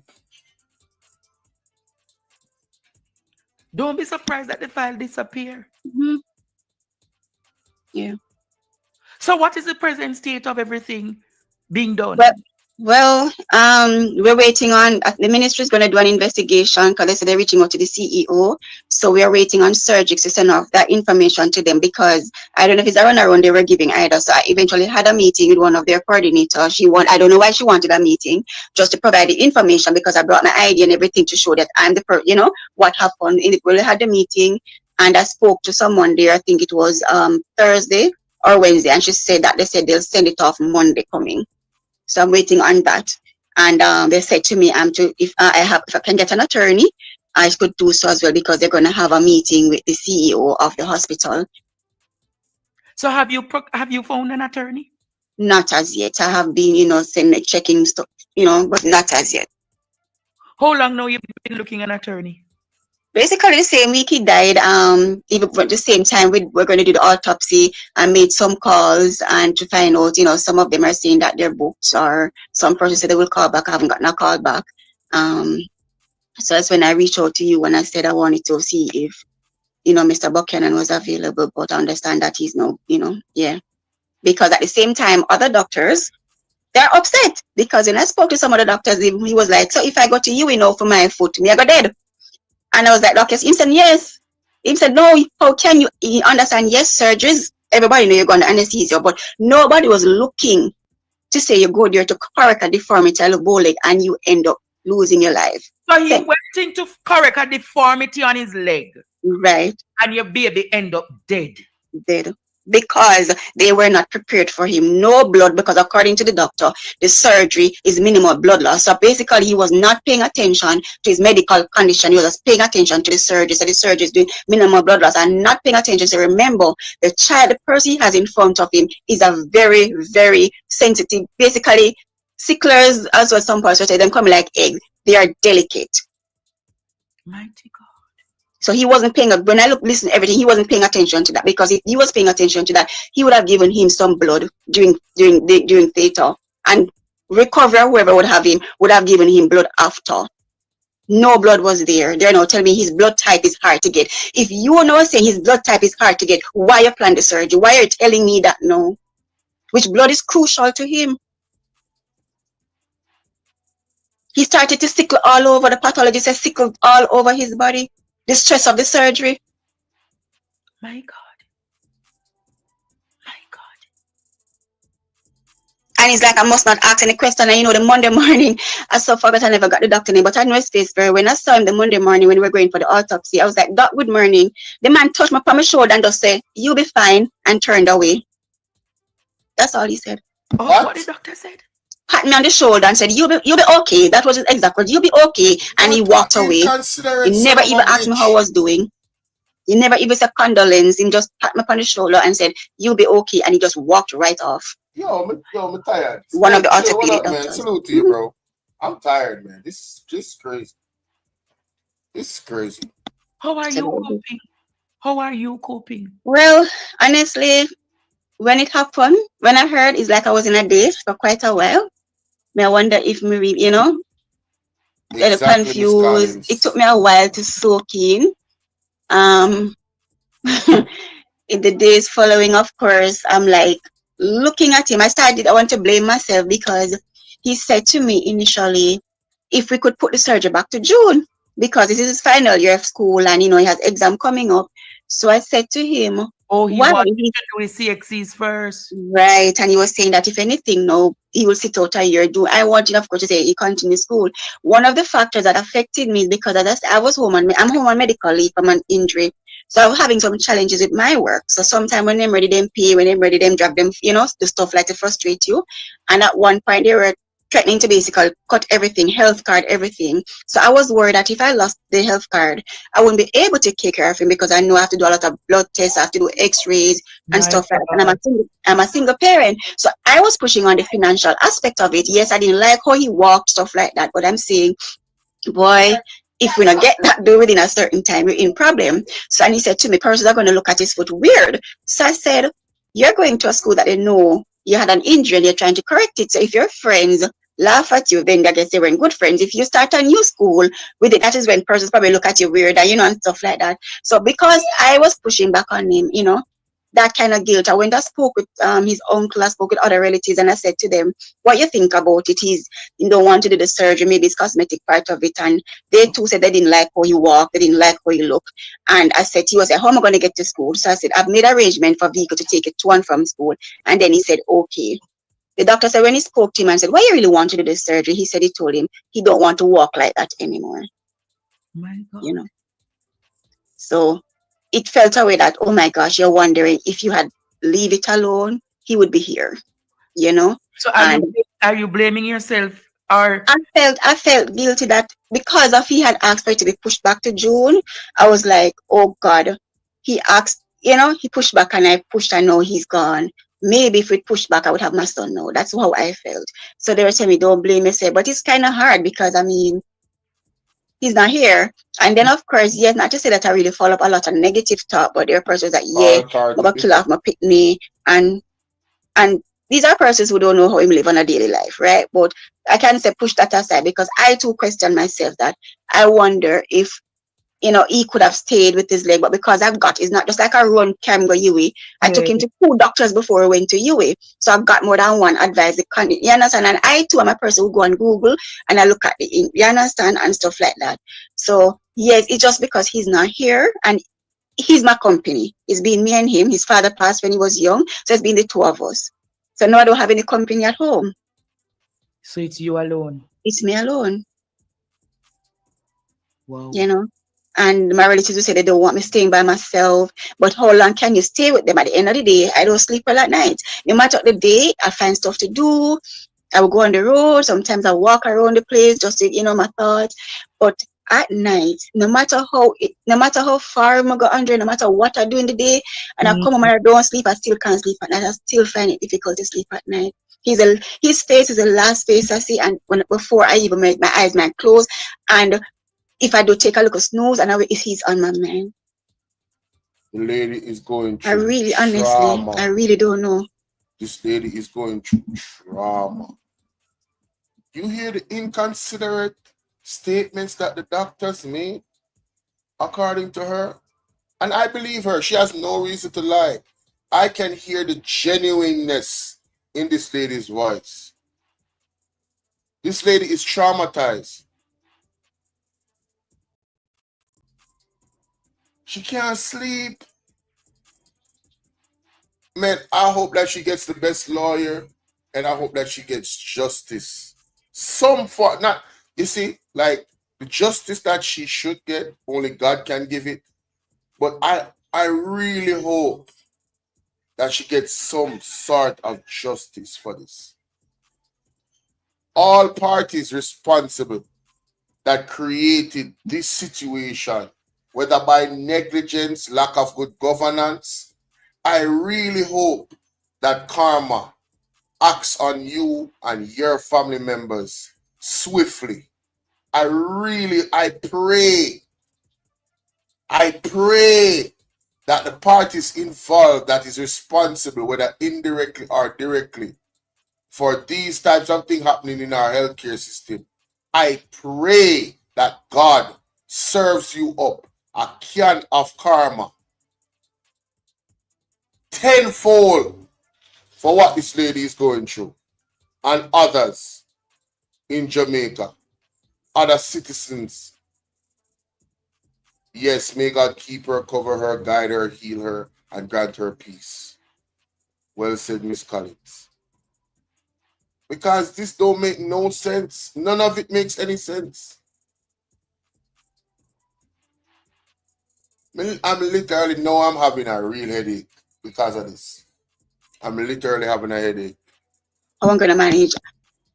So when is the funeral? His funeral is for next month. You have the funds to bury him? I've started making payments to the parlor, and we'll try to see if we can finish up that early next month. Wow.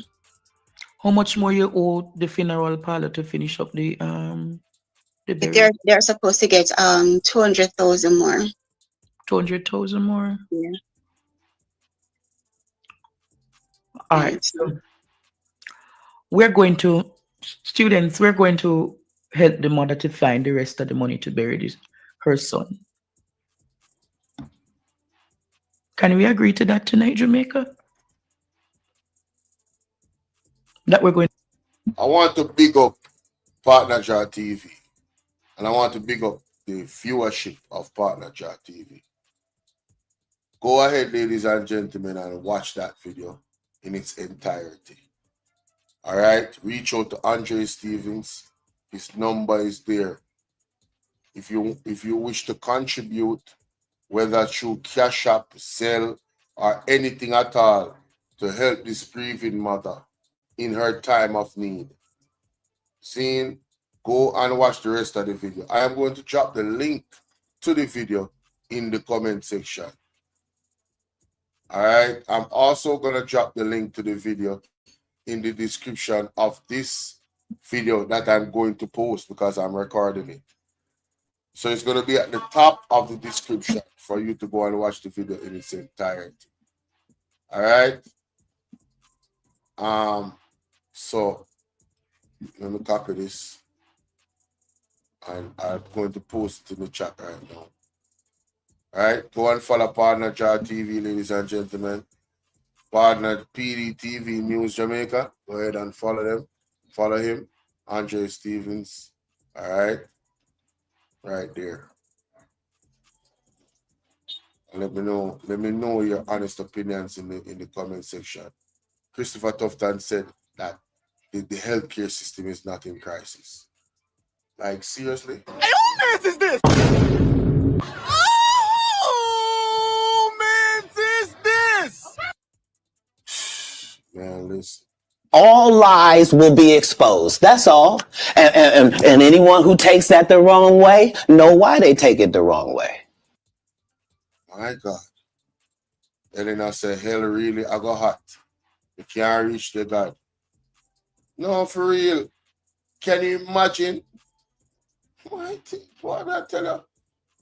No, sir. These people are unconscionable.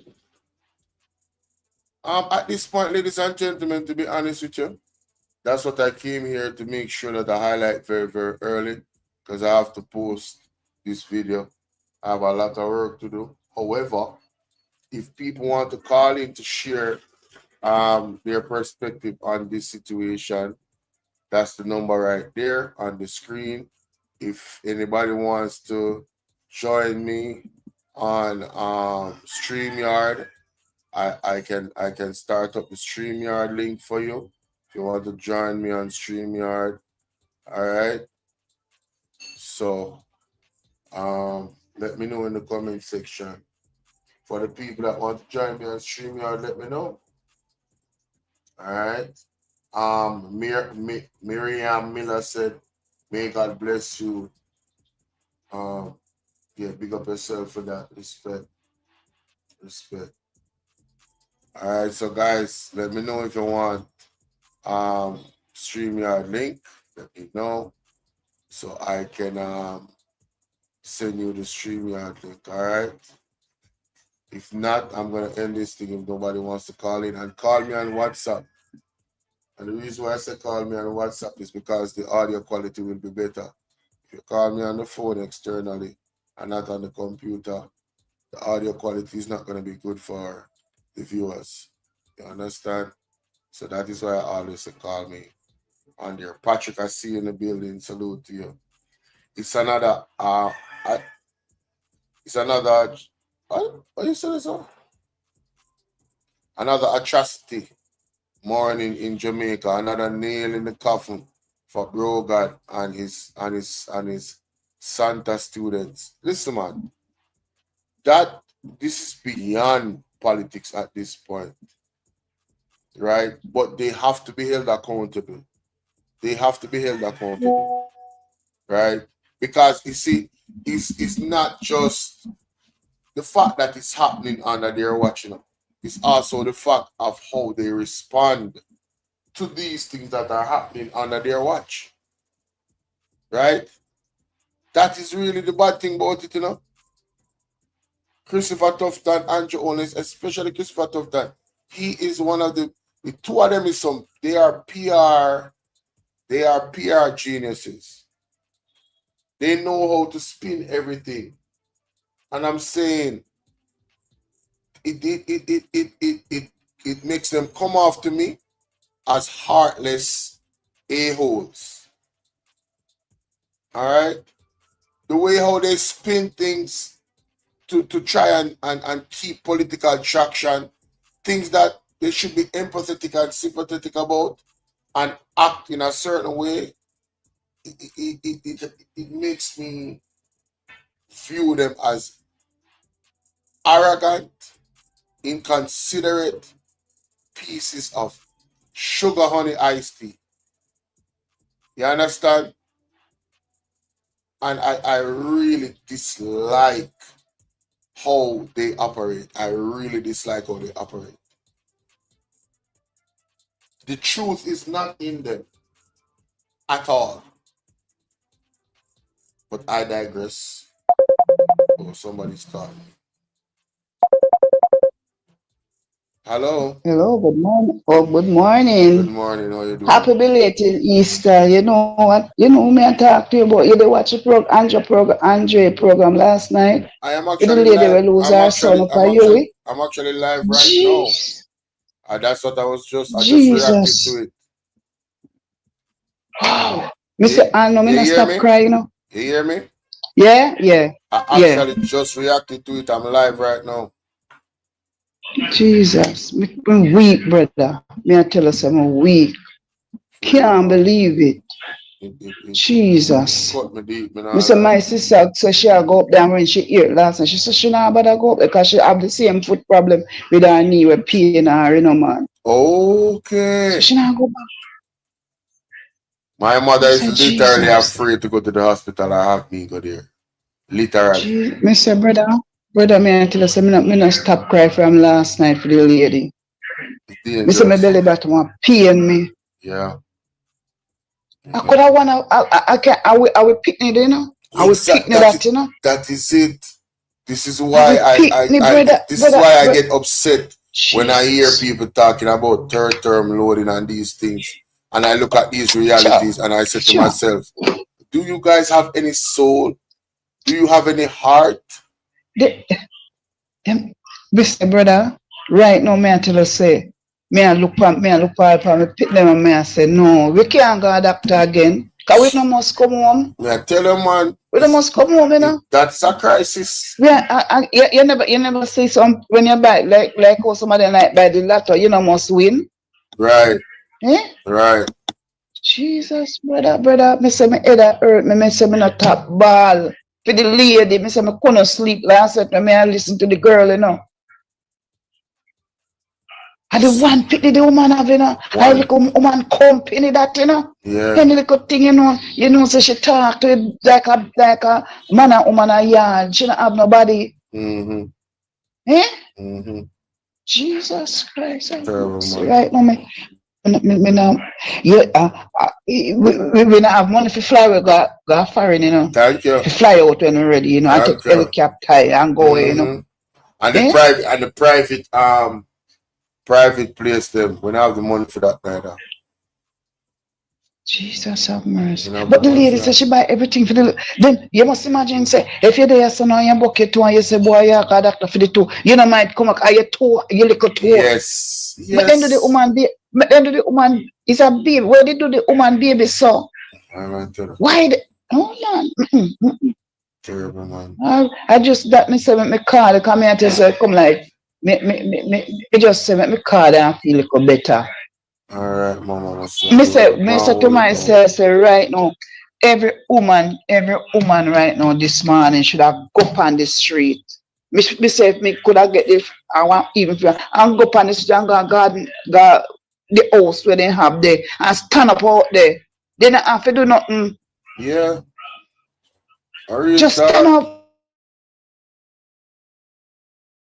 Every woman for go because the woman are in a parliament up on the labor right side, they not busy. But no picnic, no car plenty of them not have none, you know.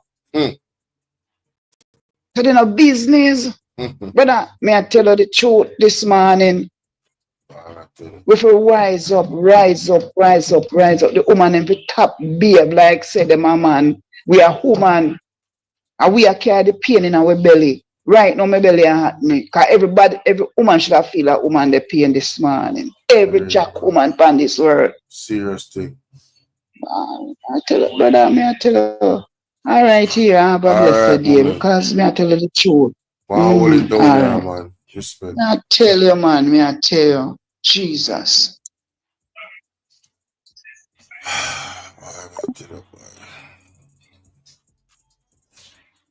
Just don't make no sense, yo. When you talk about senseless, just senseless unaliving, that's the way I talk about right this. It's senseless. Senseless. Hello, morning. Greetings, Rasta. Morning time. Morning, brother. His Imperial Majesty of the Almighty God, man. But we ask them, who is gonna stay at home when the freedom fighters are fighting? You see, they don't understand, you know, what going on this dispensation here, so. All of these people here, so. You see, when time it hit the fan and it come at them door, yes, them are gonna realize that the green is illusion and it dry. You hear what me just tell you? Yes, I. That's why Bob said I feel like bombing a church. Because now that I know the preacher is lying. See, imagine me, Bridget. You in our school, and them tell us if it's spelled different. D-I-F-R-E-N-T. And the teacher said, no, a D-I-F-F-E-R-E-N-T. And who you going to listen to? A teacher. A teacher. So why these people here from the time this man in office are so much lie tell, and none of these green people here no realize it? Tufton come out and say the healthcare good. The healthcare good. God have mercy. I mean, I wonder if anybody, the woman picnic with them damage or so. When I listen to the sister talk a while ago. Why me I tell you say she feel belly pain for every picnic in Jamaica because the way she emotional. Yeah. Imagine. Tough time come out. And I tell you say healthcare system good. You think Philippine nurse are gonna come here come work. The only people that will stay at Jamaica and work because them understand the system, you know? Cubans. You must know. Eh? Cubans. The Cubans. Because they understand love. Yeah. They understand love. Them is not say a community is a bad thing, but they understand to share with one another. And that is how Castro did want his people to have love. Yeah. You're right. So you see, the infiltration of Siaga to demoralize and destabilize and all kind of things to make sure say none of these goes through is the same thing, the same trend. Because of Satan and God, you know. Yeah, the man. PNP are like God Almighty. And the JLP is always Satan, the negative energy to good stop versus trying. evil. Mm-hmm. Yes, man. To stop the forces of good, them I try. But me know say, them can't stop the forces of good. May God bless the lady. Last time here, Andre, I really reason boy, me really Bolo being I couldn't really take it. For real, man. You hear me just tell you? Real, man. Me couldn't really listen to it. But this man here, make we get deeper now. Cause this man here about to go to rob the election, you know. And that's my plan. That's why I get to the political ombudsman. In my plan, I got a white general. I just me come because the devil always a try win, but him never cross the finish line. Never cross the finish line.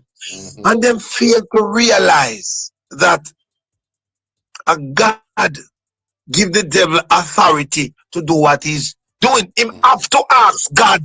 Yes. If me to tempt the man there, or me go tempt the man there, just like Job. See, him have to ask God permission to do it. These boys, this boy in our house, him never asked for permission. You notice he never asked for permission. Him just said, do what you want to do. And you know when you do what you want to do, what mama do with you? When you do what you want to do, what mama do with you? No beat, man. And the schooling where you get, the more than schooling and the beat where you get, all 5 years, you still swell. Yeah. So tell this, I don't like calling him name because I never hear the man. This healthcare system and all of these things we are going to Jamaica and these green people, you can't open them eyes. Yeah. You see when you lick them, my virgin, you see when you lick them, I'm sorry for them, you know, more than thunder. Because we are one Jamaican, you know. Yeah. The only problem we have in Jamaica is the green people, you know. Yeah. The only problem in Jamaica is the green people because Siaga never come to uplift Jamaica. He come to, you see, them after the Virgin in a tour in Africa there. You see, Patrick, when you are do good, back after this. Somebody just call me a while ago. So when you are do good, them no want to see you do good. The devil always a fight. True. But me don't know what this guy I do and come with him promising. This baby I know what them a talk about right as you know. What they know to. The Cuban them would have make sure say the youth them alright. Oh gosh. Come like Jamaica. Oh, look, me don't know what to feel with after them. I want to them turn cannibal too. Virgin, let me tell you something. You see, as you say, you mentioned a point, but you have to have love. You understand? And you have to have patience. For working at the field of healthcare, not everybody have the right characteristics to be in healthcare. You get what I say? It's just because it really do take it. It's just the truth. Yes, it take a special mind and heart for working at the healthcare system. It's like a person who take care of children. You have to be super patient to take care of children. You understand what I say? Yeah. Of course. Because in order to take care of a child, you know that as a big father and a big mother, Instead of beat the child, remember, we live out of a curiosity, even though we are so big, Because, why I say that is because, me want to hear what Bolo I say. So me have to go listen to Bolo, A curiosity that, You understand? And the Bolo not talk right. We not listen to Bolo, but there are some people who will listen to Bolo because they love the wrong foolishness. You understand? Right. So, me now can't come and say, me know what Bolo are going to say. Because life, Emperor still says life is like a theater.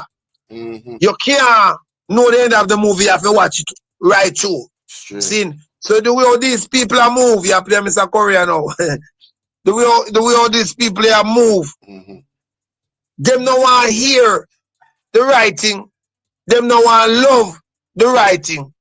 You have to have love to deal with everything and the Cuban them. Them have it, man. Have love.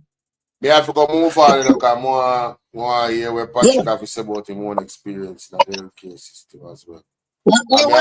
Cuban doctor take care of me in Jamaica, One time your youth I grew up, Straight. Don't go think me couldn't understand. I say, how long did you jump out of the tree? What did you see?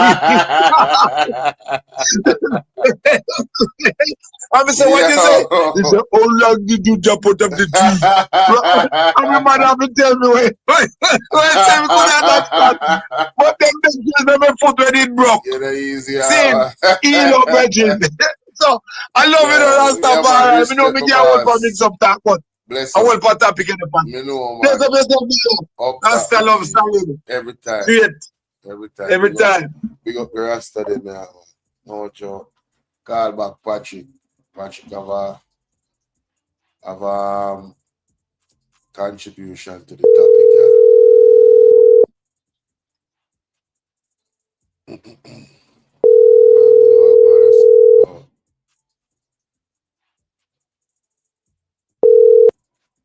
Yes, I. Hello. Yeah, man. You hear me? Remember, you're loud and clear, man. Not use man. Cool, Brandon Hill. Brandon Hill in a place. Talk to me. Where you say go on now? Yeah, go on. Me already tell you that thing already, History repeat itself, The damage already done from back in days when Michael Manley introduced Jamal and self-reliance. The allegedly American employee Siago as a CIA, I mean, if you hear about that. Yeah, man. Then the documents then from the CIA and release for them, man. And confirm all of them things that were people in a long time. Me can't recall as a youth when Siago run with the Cuban doctor them, That's why I said the history repeat itself. Mighty God. You see all of the results we see we are getting now. A backfire. Yeah, man. That is a lashing we are getting now. As me tell you, say, the result we are getting at the lashing we are getting after that. Yeah. Let me tell you, man. Me tell you this thing already. In any developing country, are two things you have to depend on, and it cover everything: education and food security. Yes. That is the most important thing. Remember say Singapore come out here and take and adapt from we, so basically back then Jamaica that boom in my youth. Straight. The man go look on Singapore today. Yeah, man, Singapore, man. And compared to Jamaica. And what is amazing about Singapore is that Singapore is the size of St. Thomas. You know that me I try to tell you. And them so productive. So why this big old island we have so much resources, namely the people, is not maximizing on its resources? Is the same, but is the American get they are on the puppet leader like bro God.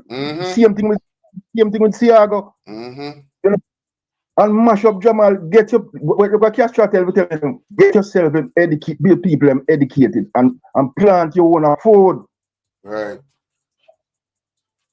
We can't remember, like, you see all our seedling, like our banabis, our original corn, our original native coconut, the American kill out that. Carbon copy thing we have right along and eating my youth. Yo, you know, so remember one time I see some old plane used to spray the area, man. After that, we see whole like the top of the coconut tree and jelly tree, then drop off and left it stick in her ear. I can't remember that, you know. I'm if you tell you because me as a youth, me the friend for the plane. So anytime me the plane on my bed, me run go. Yeah. So one white man in I think I come along low, go down the freeway riverside, down the Ginger River. And when you see me come up back straight in the sky. So say if you have any drum of water out the door, you have to make sure cover that because normally when him spray and pass, you can't see the amount of oil with upon the water. So basically do the math. Do the maths, and after that, because if you, all right, for my land, we have like a pure native coconut, so long tree, we have a whole heap of native coconut, and the whole of them dead out gungo, because my mother usually plant gungo, and the gungo then dead out complete. If you plant gungo today, you might get a year or so or time. The next 2 years dead. You know, see. These are things where they mash up our original corn, you know, when you have original corn, it is the red, our original cucumber, our original banana bees, them they dead out. You know, see, a pure corn chopping down for kill we slowly. Our organic in country fall that we usually cook on Sunday daytime. Yeah. You know, see, these are the things where everything change up. Bolo, why you believe them kill Dr. Sibi? You know Dr. Sibi? Yeah, I know Dr. Sibi, man. Oh, yeah, man. So why you believe them kill him alone? If you really, people are going to say conspiracy, but if you really check in at that time, the amount of people like Dr. Sebi that was mysteriously lost their lives around that time, worldwide, was significant. A lot of them lost their lives around that same time in very, very suspicious circumstances. Yeah.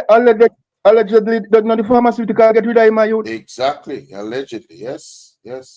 That is the consensus amongst the people, right? Why you believe them kill Gaddafi? Same reason, man.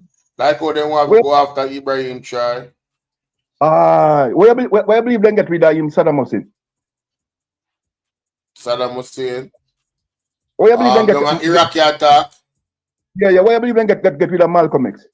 I see him thing, brother. Why you think they get rid of Marcus Garvey? Although they never kill him, then they use deportation style upon him. Infiltrate the system. But then slow him up in a different way. Yeah, definitely. You know, see, why you believe they never introduce film thing in a school? Yeah, exactly. Right. They don't want them type of liberated minds. Hi, Sassy. How you doing? Good morning.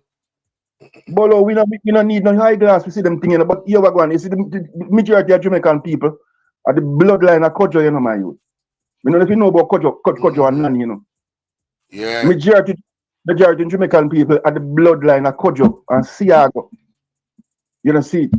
You see, all enough of them people who see line up in the line over the Chinese mechanic place. Go ahead, man. These are the people who see line up in the line and go over the Chinese people over there. And the blood Kojo them. They sell you out for nothing. If you see all of your family when you see all of the family we have in your yard, evil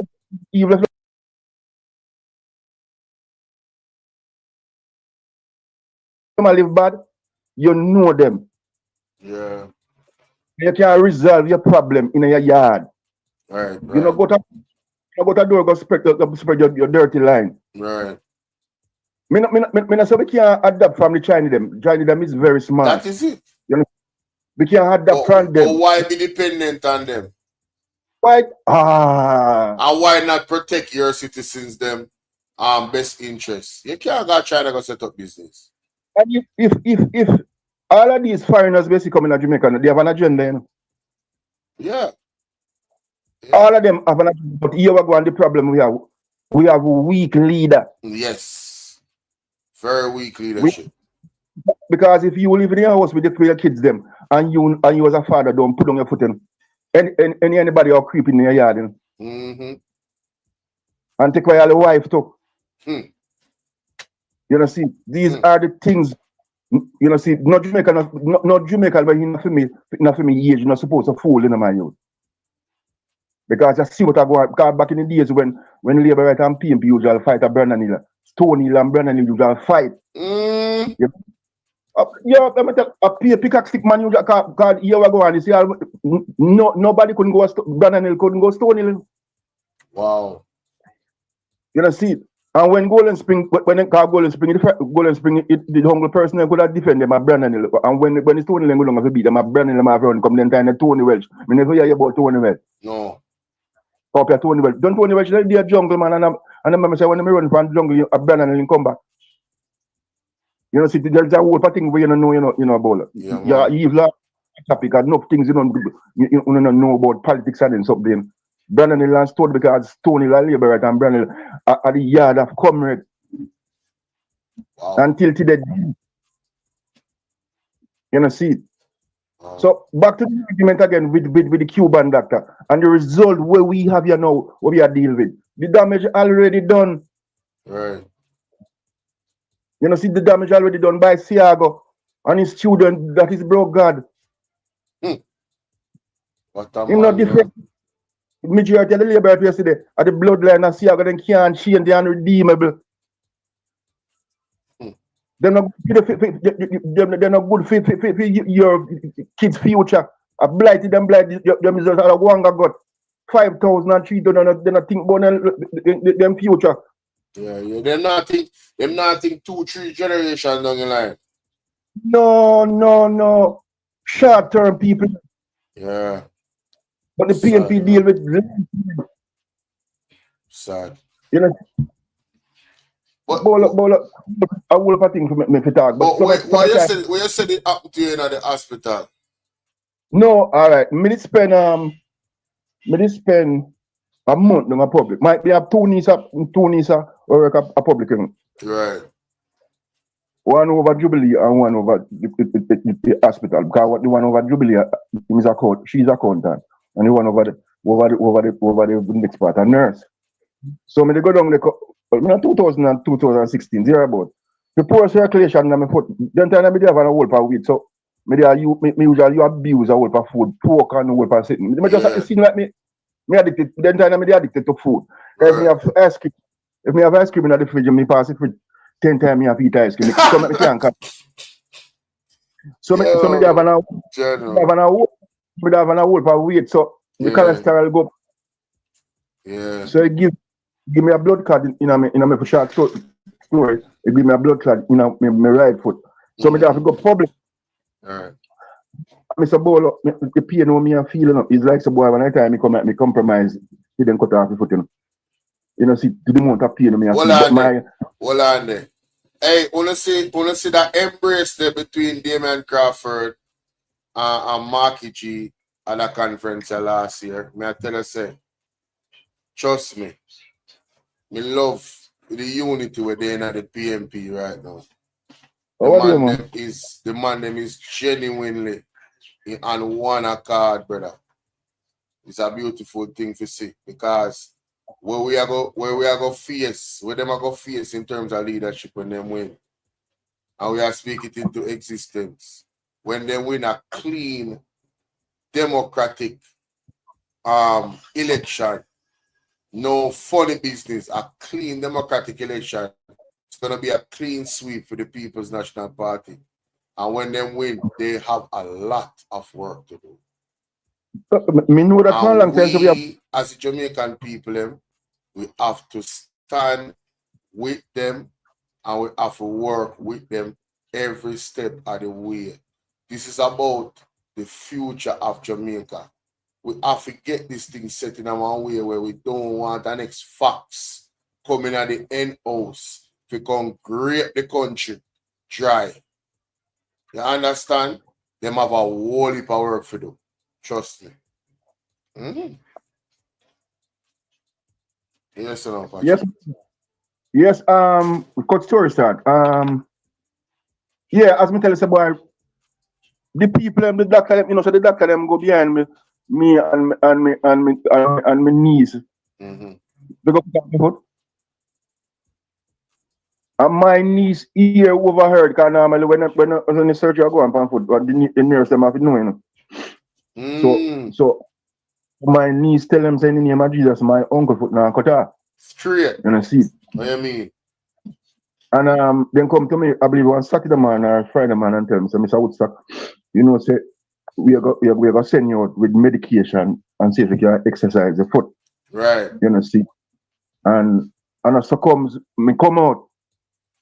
Bolo, me I tell you, say, under my foot, but I'm still like a sponge, you know, the time being. Mighty God.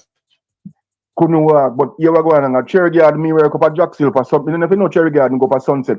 We go and come back up Barbican. You ever drive that road there? One time ever pass through this. Yeah, man, you go.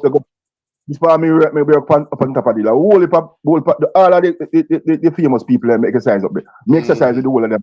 And me exercise with Bolt when Bolt there. So many time when Blake there, come out time me and Blake exercise. Popcorn, the whole of them go up the hill. Me shields and me shields. Me and them walk go up a morning time. So this morning now, me say go and me have to get to exercise. Start from Constant Spring. Me I tell you say Bolo, you know always for me reach and me have to turn back right at the golf club. So me say me stop down the morning and I tell me say they might encourage me say boy walk it out man, walk it out. And Bolo see me. So was me cut off my foot. So because there's a doctor from Guyana the last time I see my door in that view, you know. And he must say, majority of the foot will say amputate at Jamaica, no need of amputating. Brother, the man them love cut off limb, bro. You can't deal with it, but it's because enough of the Jamaican doctor them are novice. So that's why that's why the importance of the Cuban doctor is here. Wanted. You know, see it?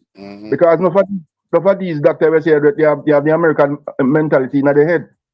Yeah. True. You know, see, but the Cuban doctor deal with the source of the thing. You know, see, then deal with this evil cataract and all them something there. Not Cuban doctor specialize in them thing, man. You. Yeah, man, I tell you, say people call me on the program, man. I don't know if you hear one brother they talk about that way, him and his wife. Cuban doctor saved them, brother. And that's him sitting there, brother. Let me tell you, man, do health business come from America because that's why I made actually tell you the question about why they kill Dr. CB because the pharmaceutical get rid of him. Because it's a money making thing, but the Cuban deal with the source. Yep. But the source of, you know, see it. First of all, enough people need to know what don't know about Dr. CB is that the man claimed to cure HIV. And the pharmaceutical people them know and see the direction where my take. So there and then, you know, say obviously there's going to be a target on that man back automatically. So when he was when he died, you know, the circumstances he did, it was not surprising. Georgia, I see like with the British and Bustamante and Norman Manley. Because when they sent for Bustamante and Norman Manley over there, you know, allegedly, the British said, boy, I didn't want them else. You were raised up in Jamaica like Paul Boglin. So what them all do, them all send for them and join a party down here, divide the people them. And if you understand what I say? The man me understand what you say, man. Divide the people them and turn them in an idiot. You know, divide and conquer are the simplest rule of warfare, man. Man, build up God, they said the first party was PMP, you know? Yeah, just get the people them, mash up their mind. Not get them sit down like and raise up another Paul Bogle and Nanny. So go down there and deal with the party, PMP and GLP, and divide the people. Look on the result. Look on the result today. Look on the result today. You don't want the high class to see. So Jamaican people mind not settle. That's true, man. They have the people uneducated. Because the more the people them don't say more than can rule them. They can't talk to themselves, they can't defend. Say if you're a type of person. Why you believe them want to get rid of the black of them? Same reason, man. So the reason because normally there's alright. You see the Chinese thing you see what happen over there. Yeah. If the blogger never come out, the government didn't go over there and step down on him and realize it. They're not that man. And they realize why the people them no have nothing there over there. Yes, You know, see. no work permit, allegedly. So that's why blogger no like no blogger. Yeah, man, actually.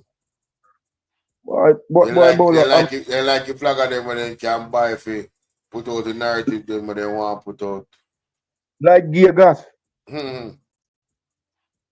You know, see, like Vegas, you see, they go and blogger like them there. I wonder why that's what messy pan the world. Even like call your name call upon the program. You know, see, come here, try to tell us about originally. And you just talk a thing a while ago. It's when PMP come in, they have a lot of work to do. Holy. Brother. Holy. You see, the problem in Jamaica, you have to fix it from the root. If you don't fix it from the root, then it don't make no sense, you know. That's why I mean, problem in a brother. Yeah. And that's why I mean, like, they want the $2,500. Can you imagine? Can you imagine that, man? A man, you know, see, talk about being penny wise and poor foolish. Jesus mercy. Mighty God. Can you imagine? A person that give us something for your kids in future and yourself in future because you're soon dead. I got two things in mind that used to them education and the good. Yeah. Same like when Castro introduced Jamal and self-reliance. Yeah. And was then jump in and I give him money over there. They said Siago mentality.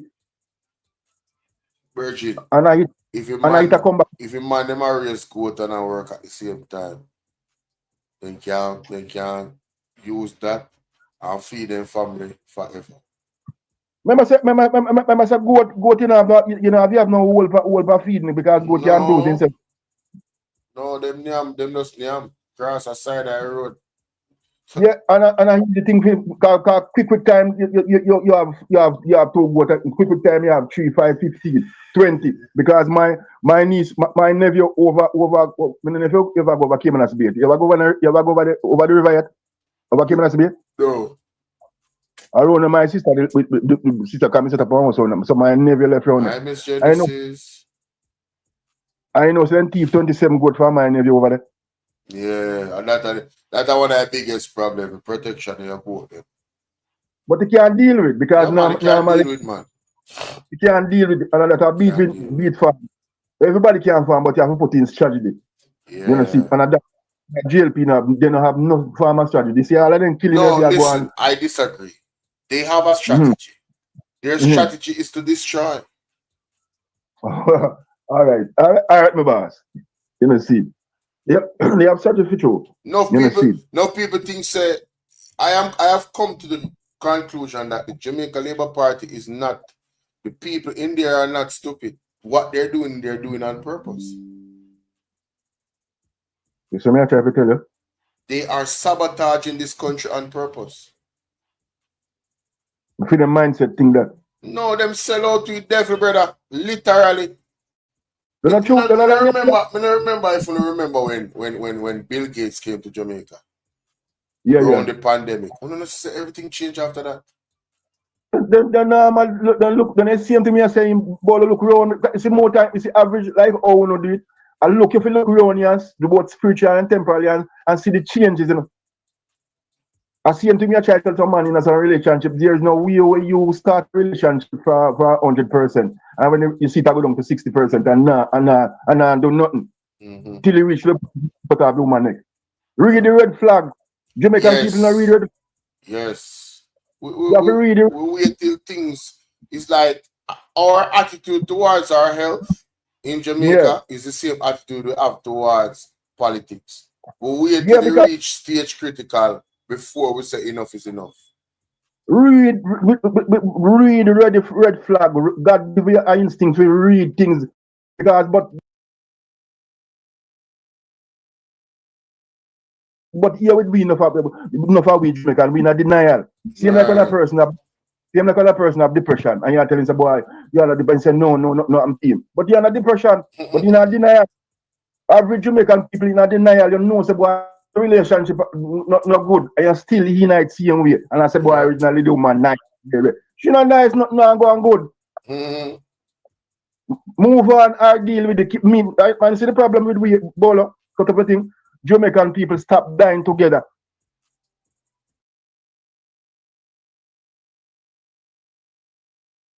We don't dine together, but when you're dying together, you and your family, if I even pass Sunday and know, say your kids, something happened to your boy picnic because he usually eat 4 dumplings, might eat 1.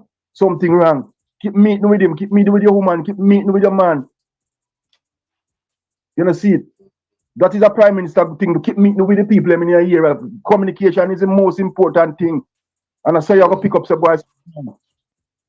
But majority of Jamaican people are in a denial, depression, a kill way. Yeah, may I get the next call? I know my boss. Get up, man, me I tell you, man. Respect for your call, yeah? Yeah, man, me I go back in the class. Alright, that's all right. Respect to Patrick, you know what I mean? Brandon, you know? Yeah.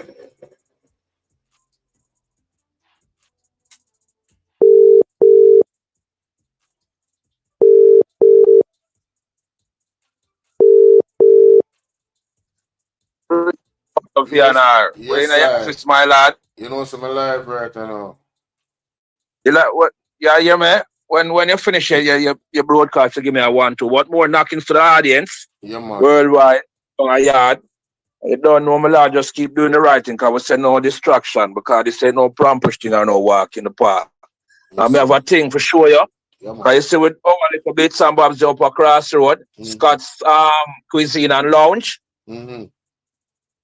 Everything is in order, I know. I would like you present yourself, because I have a thing for you, a treat for you. But nevertheless, do your thing, my lad. And when you finish, you give me a 1-2. Like when you're live right now, you know, can't talk about the place, man.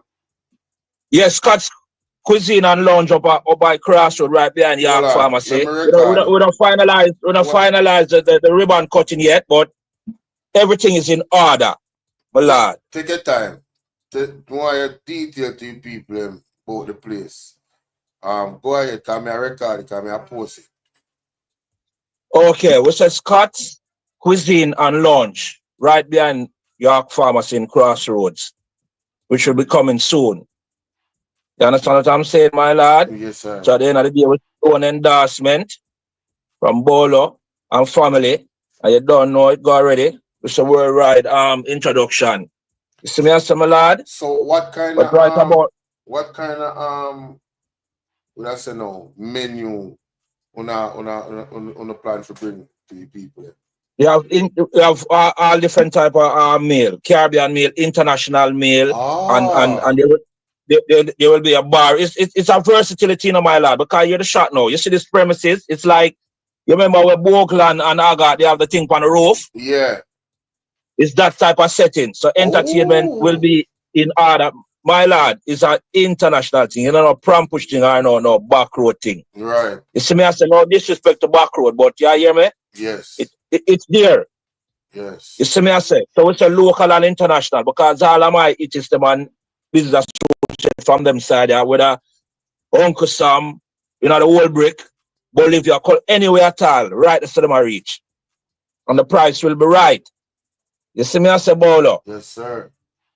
So at the end of the day, if I think costs £5, you know, out on the road, we say $2.50. And if I want come and say them 1/4 dozen, we say 2. Right. Come on. That is it. That is it. Come on, keep things in order, my lad. But nevertheless, keep doing what you have to do.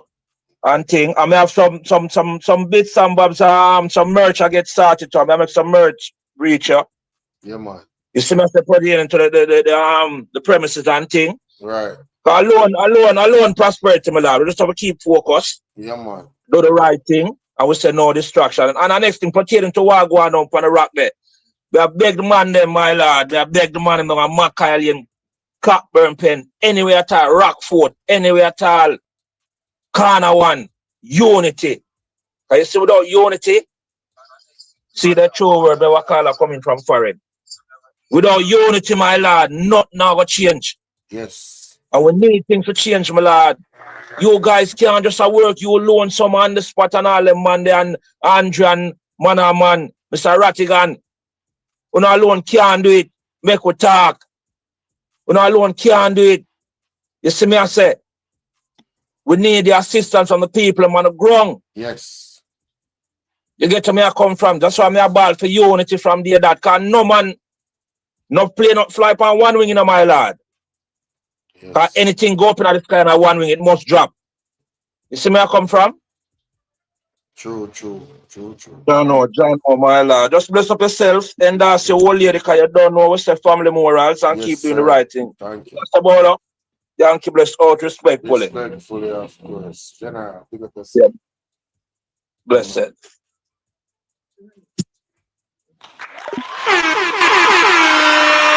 Yankee blessing up. And we're not going to hear more about the establishment that we spoke about. Shout out to Miss Genesis one.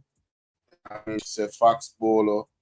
You know, every Jamaican who is born in debt, and they haven't even spent a dime. The island has been sold piece by piece. I tell her. And she also said congratulations to the caller on the establishment, you know, the international establishment, which he described. Big up Yankee bless some out of UK, you understand? Big up everybody. Judith, I see you over there on Bolo Bvrclips. And Henry C. Bolo, Jamaica. Needs spiritual guidance. Yes, that is true. And all we have to play a role in that. You understand? All of us have to play a role in that spiritual upliftment of the country. Alright. But always remember to like and share the video. If you haven't yet subscribed, go ahead and subscribe to the platform. Alright, my good people. Thank you so much for your continued support. I will be moving on. When I end this live, I'm still working. So I'm working while I'm live or while I go talking to the people. Work never ends. I have 4 channels that I'm responsible for. Oh, by the way, I want to encourage you guys to go ahead and subscribe to Bolo. Bolo TBV. Right? Please subscribe to Bolo TBV. And also, please make sure that you go ahead and watch the premieres. Because I know when you see a live stream 4 hours, most people not going to watch the 4-hour live stream. But those live streams are cut up for the different topics they're recording and posted. So, please, them say encouragement strengthen labor. It is a lot of work that is done behind the scenes. And when you watch the content, hitting the like button is free. Sharing the live is free. All right. So I really wanna post the link. Which link? Now the gentleman that just called, I want you guys to look at the screen. All right, let me big it up. This is the logo. The logo for the Bolo TV. Post the link. Okay. This is the logo, ladies and gentlemen. This official. Big up Yankee. This official. Yeah, man. This is official. This is official. Yeah. This right here is all the way official. I'm definitely going to this restaurant. Oh, yes, Lord. But definitely I check in, brother. You know, I've asked Christ. Yeah, man, one idea that me I go check in at the restaurant at this establishment. You know what I mean? Probably I'll go live too. Yeah. All right, so I just dropped the link for Bolo TBV. That's it right there. I'm spamming it. I need to get to 1,000 subs, guys. So yeah, of course, I need your help.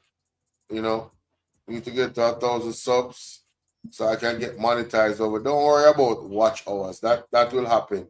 Once I post videos, I'll find new subs. But I need to get to 1,000 subs as fast as possible. And of course, your help is necessary. Now, this is the page. This is Bolo TBV. TBV stands for throwback videos. So I'm gonna have a lot of throwback content on there. Stuff that a lot of my new subs missed, but are still relevant in terms of the political reality here in Jamaica. Yes, support our own, right? So you guys can go ahead and make sure you are subscribed. Bring it up a bit so you can see the handle. That's the handle. Bolo Bvrclips 8591. Easy for find. See? Can screenshot that. There you go. And that's it. All right. Cool. All right. I did say that I wanted to drop the link for my Andre's video because I wanted you guys to go and watch the rest of it in full. So let me do that. So this link I'm about to drop is Andre's video with the young lady, the mother that you know, her, unfortunately her son died in the hands of our healthcare professionals, whether they are indirectly or directly responsible. Hey, that is yet to be determined. She is seeking legal representation, and please just go and watch the video. Reach out to Andre's number is there. You can reach out to me. My number is here. I'll give you Andre's number. And if you want to, he's the link to helping her, supporting her. You understand him? Say the address for the restaurant coming to you guys soon. The address for this restaurant is behind Azan Supermarket, 10 to 12 Melmac Avenue. So that's 10 to 12 Melmac Avenue, Kingston 5. All right, my good people. That is the information that I just got. All right, so look out for this. Look out for this. Scott's Cuisine and Lounge. All right, the ultimate escape, dining style and unwind. I like that. Sometimes you need that type of energy, yes? All right, my people. See y'all later. And have yourselves a wonderful day. And be safe out there, all right? Bolo Bvrclips, guys, blessing up. Pick up on herself. She said she can't watch it. Well, if you watch it already, just, you know, all I'm saying is for that those that didn't watch it, they can go to the end of it and you know, just call Andre. Just reach out to me and I'll give you Andre's number and call him and ask him, you know, reach out to him if you want to support the lady monetarily. She's going through a lot right now. She has to bury her son, and you know, the financial constraints of that coupled with the emotional burden that she's bearing is a lot. So if your heart leads you to, yes, like I said, reach out to me and I'll give you Andre's number and he'll take it from there between you and him. He has all the information. He has her banking information, you know, all of that. Okay? All right? All right. Have yourselves a blessed day. Respect. The word is love. The word is love.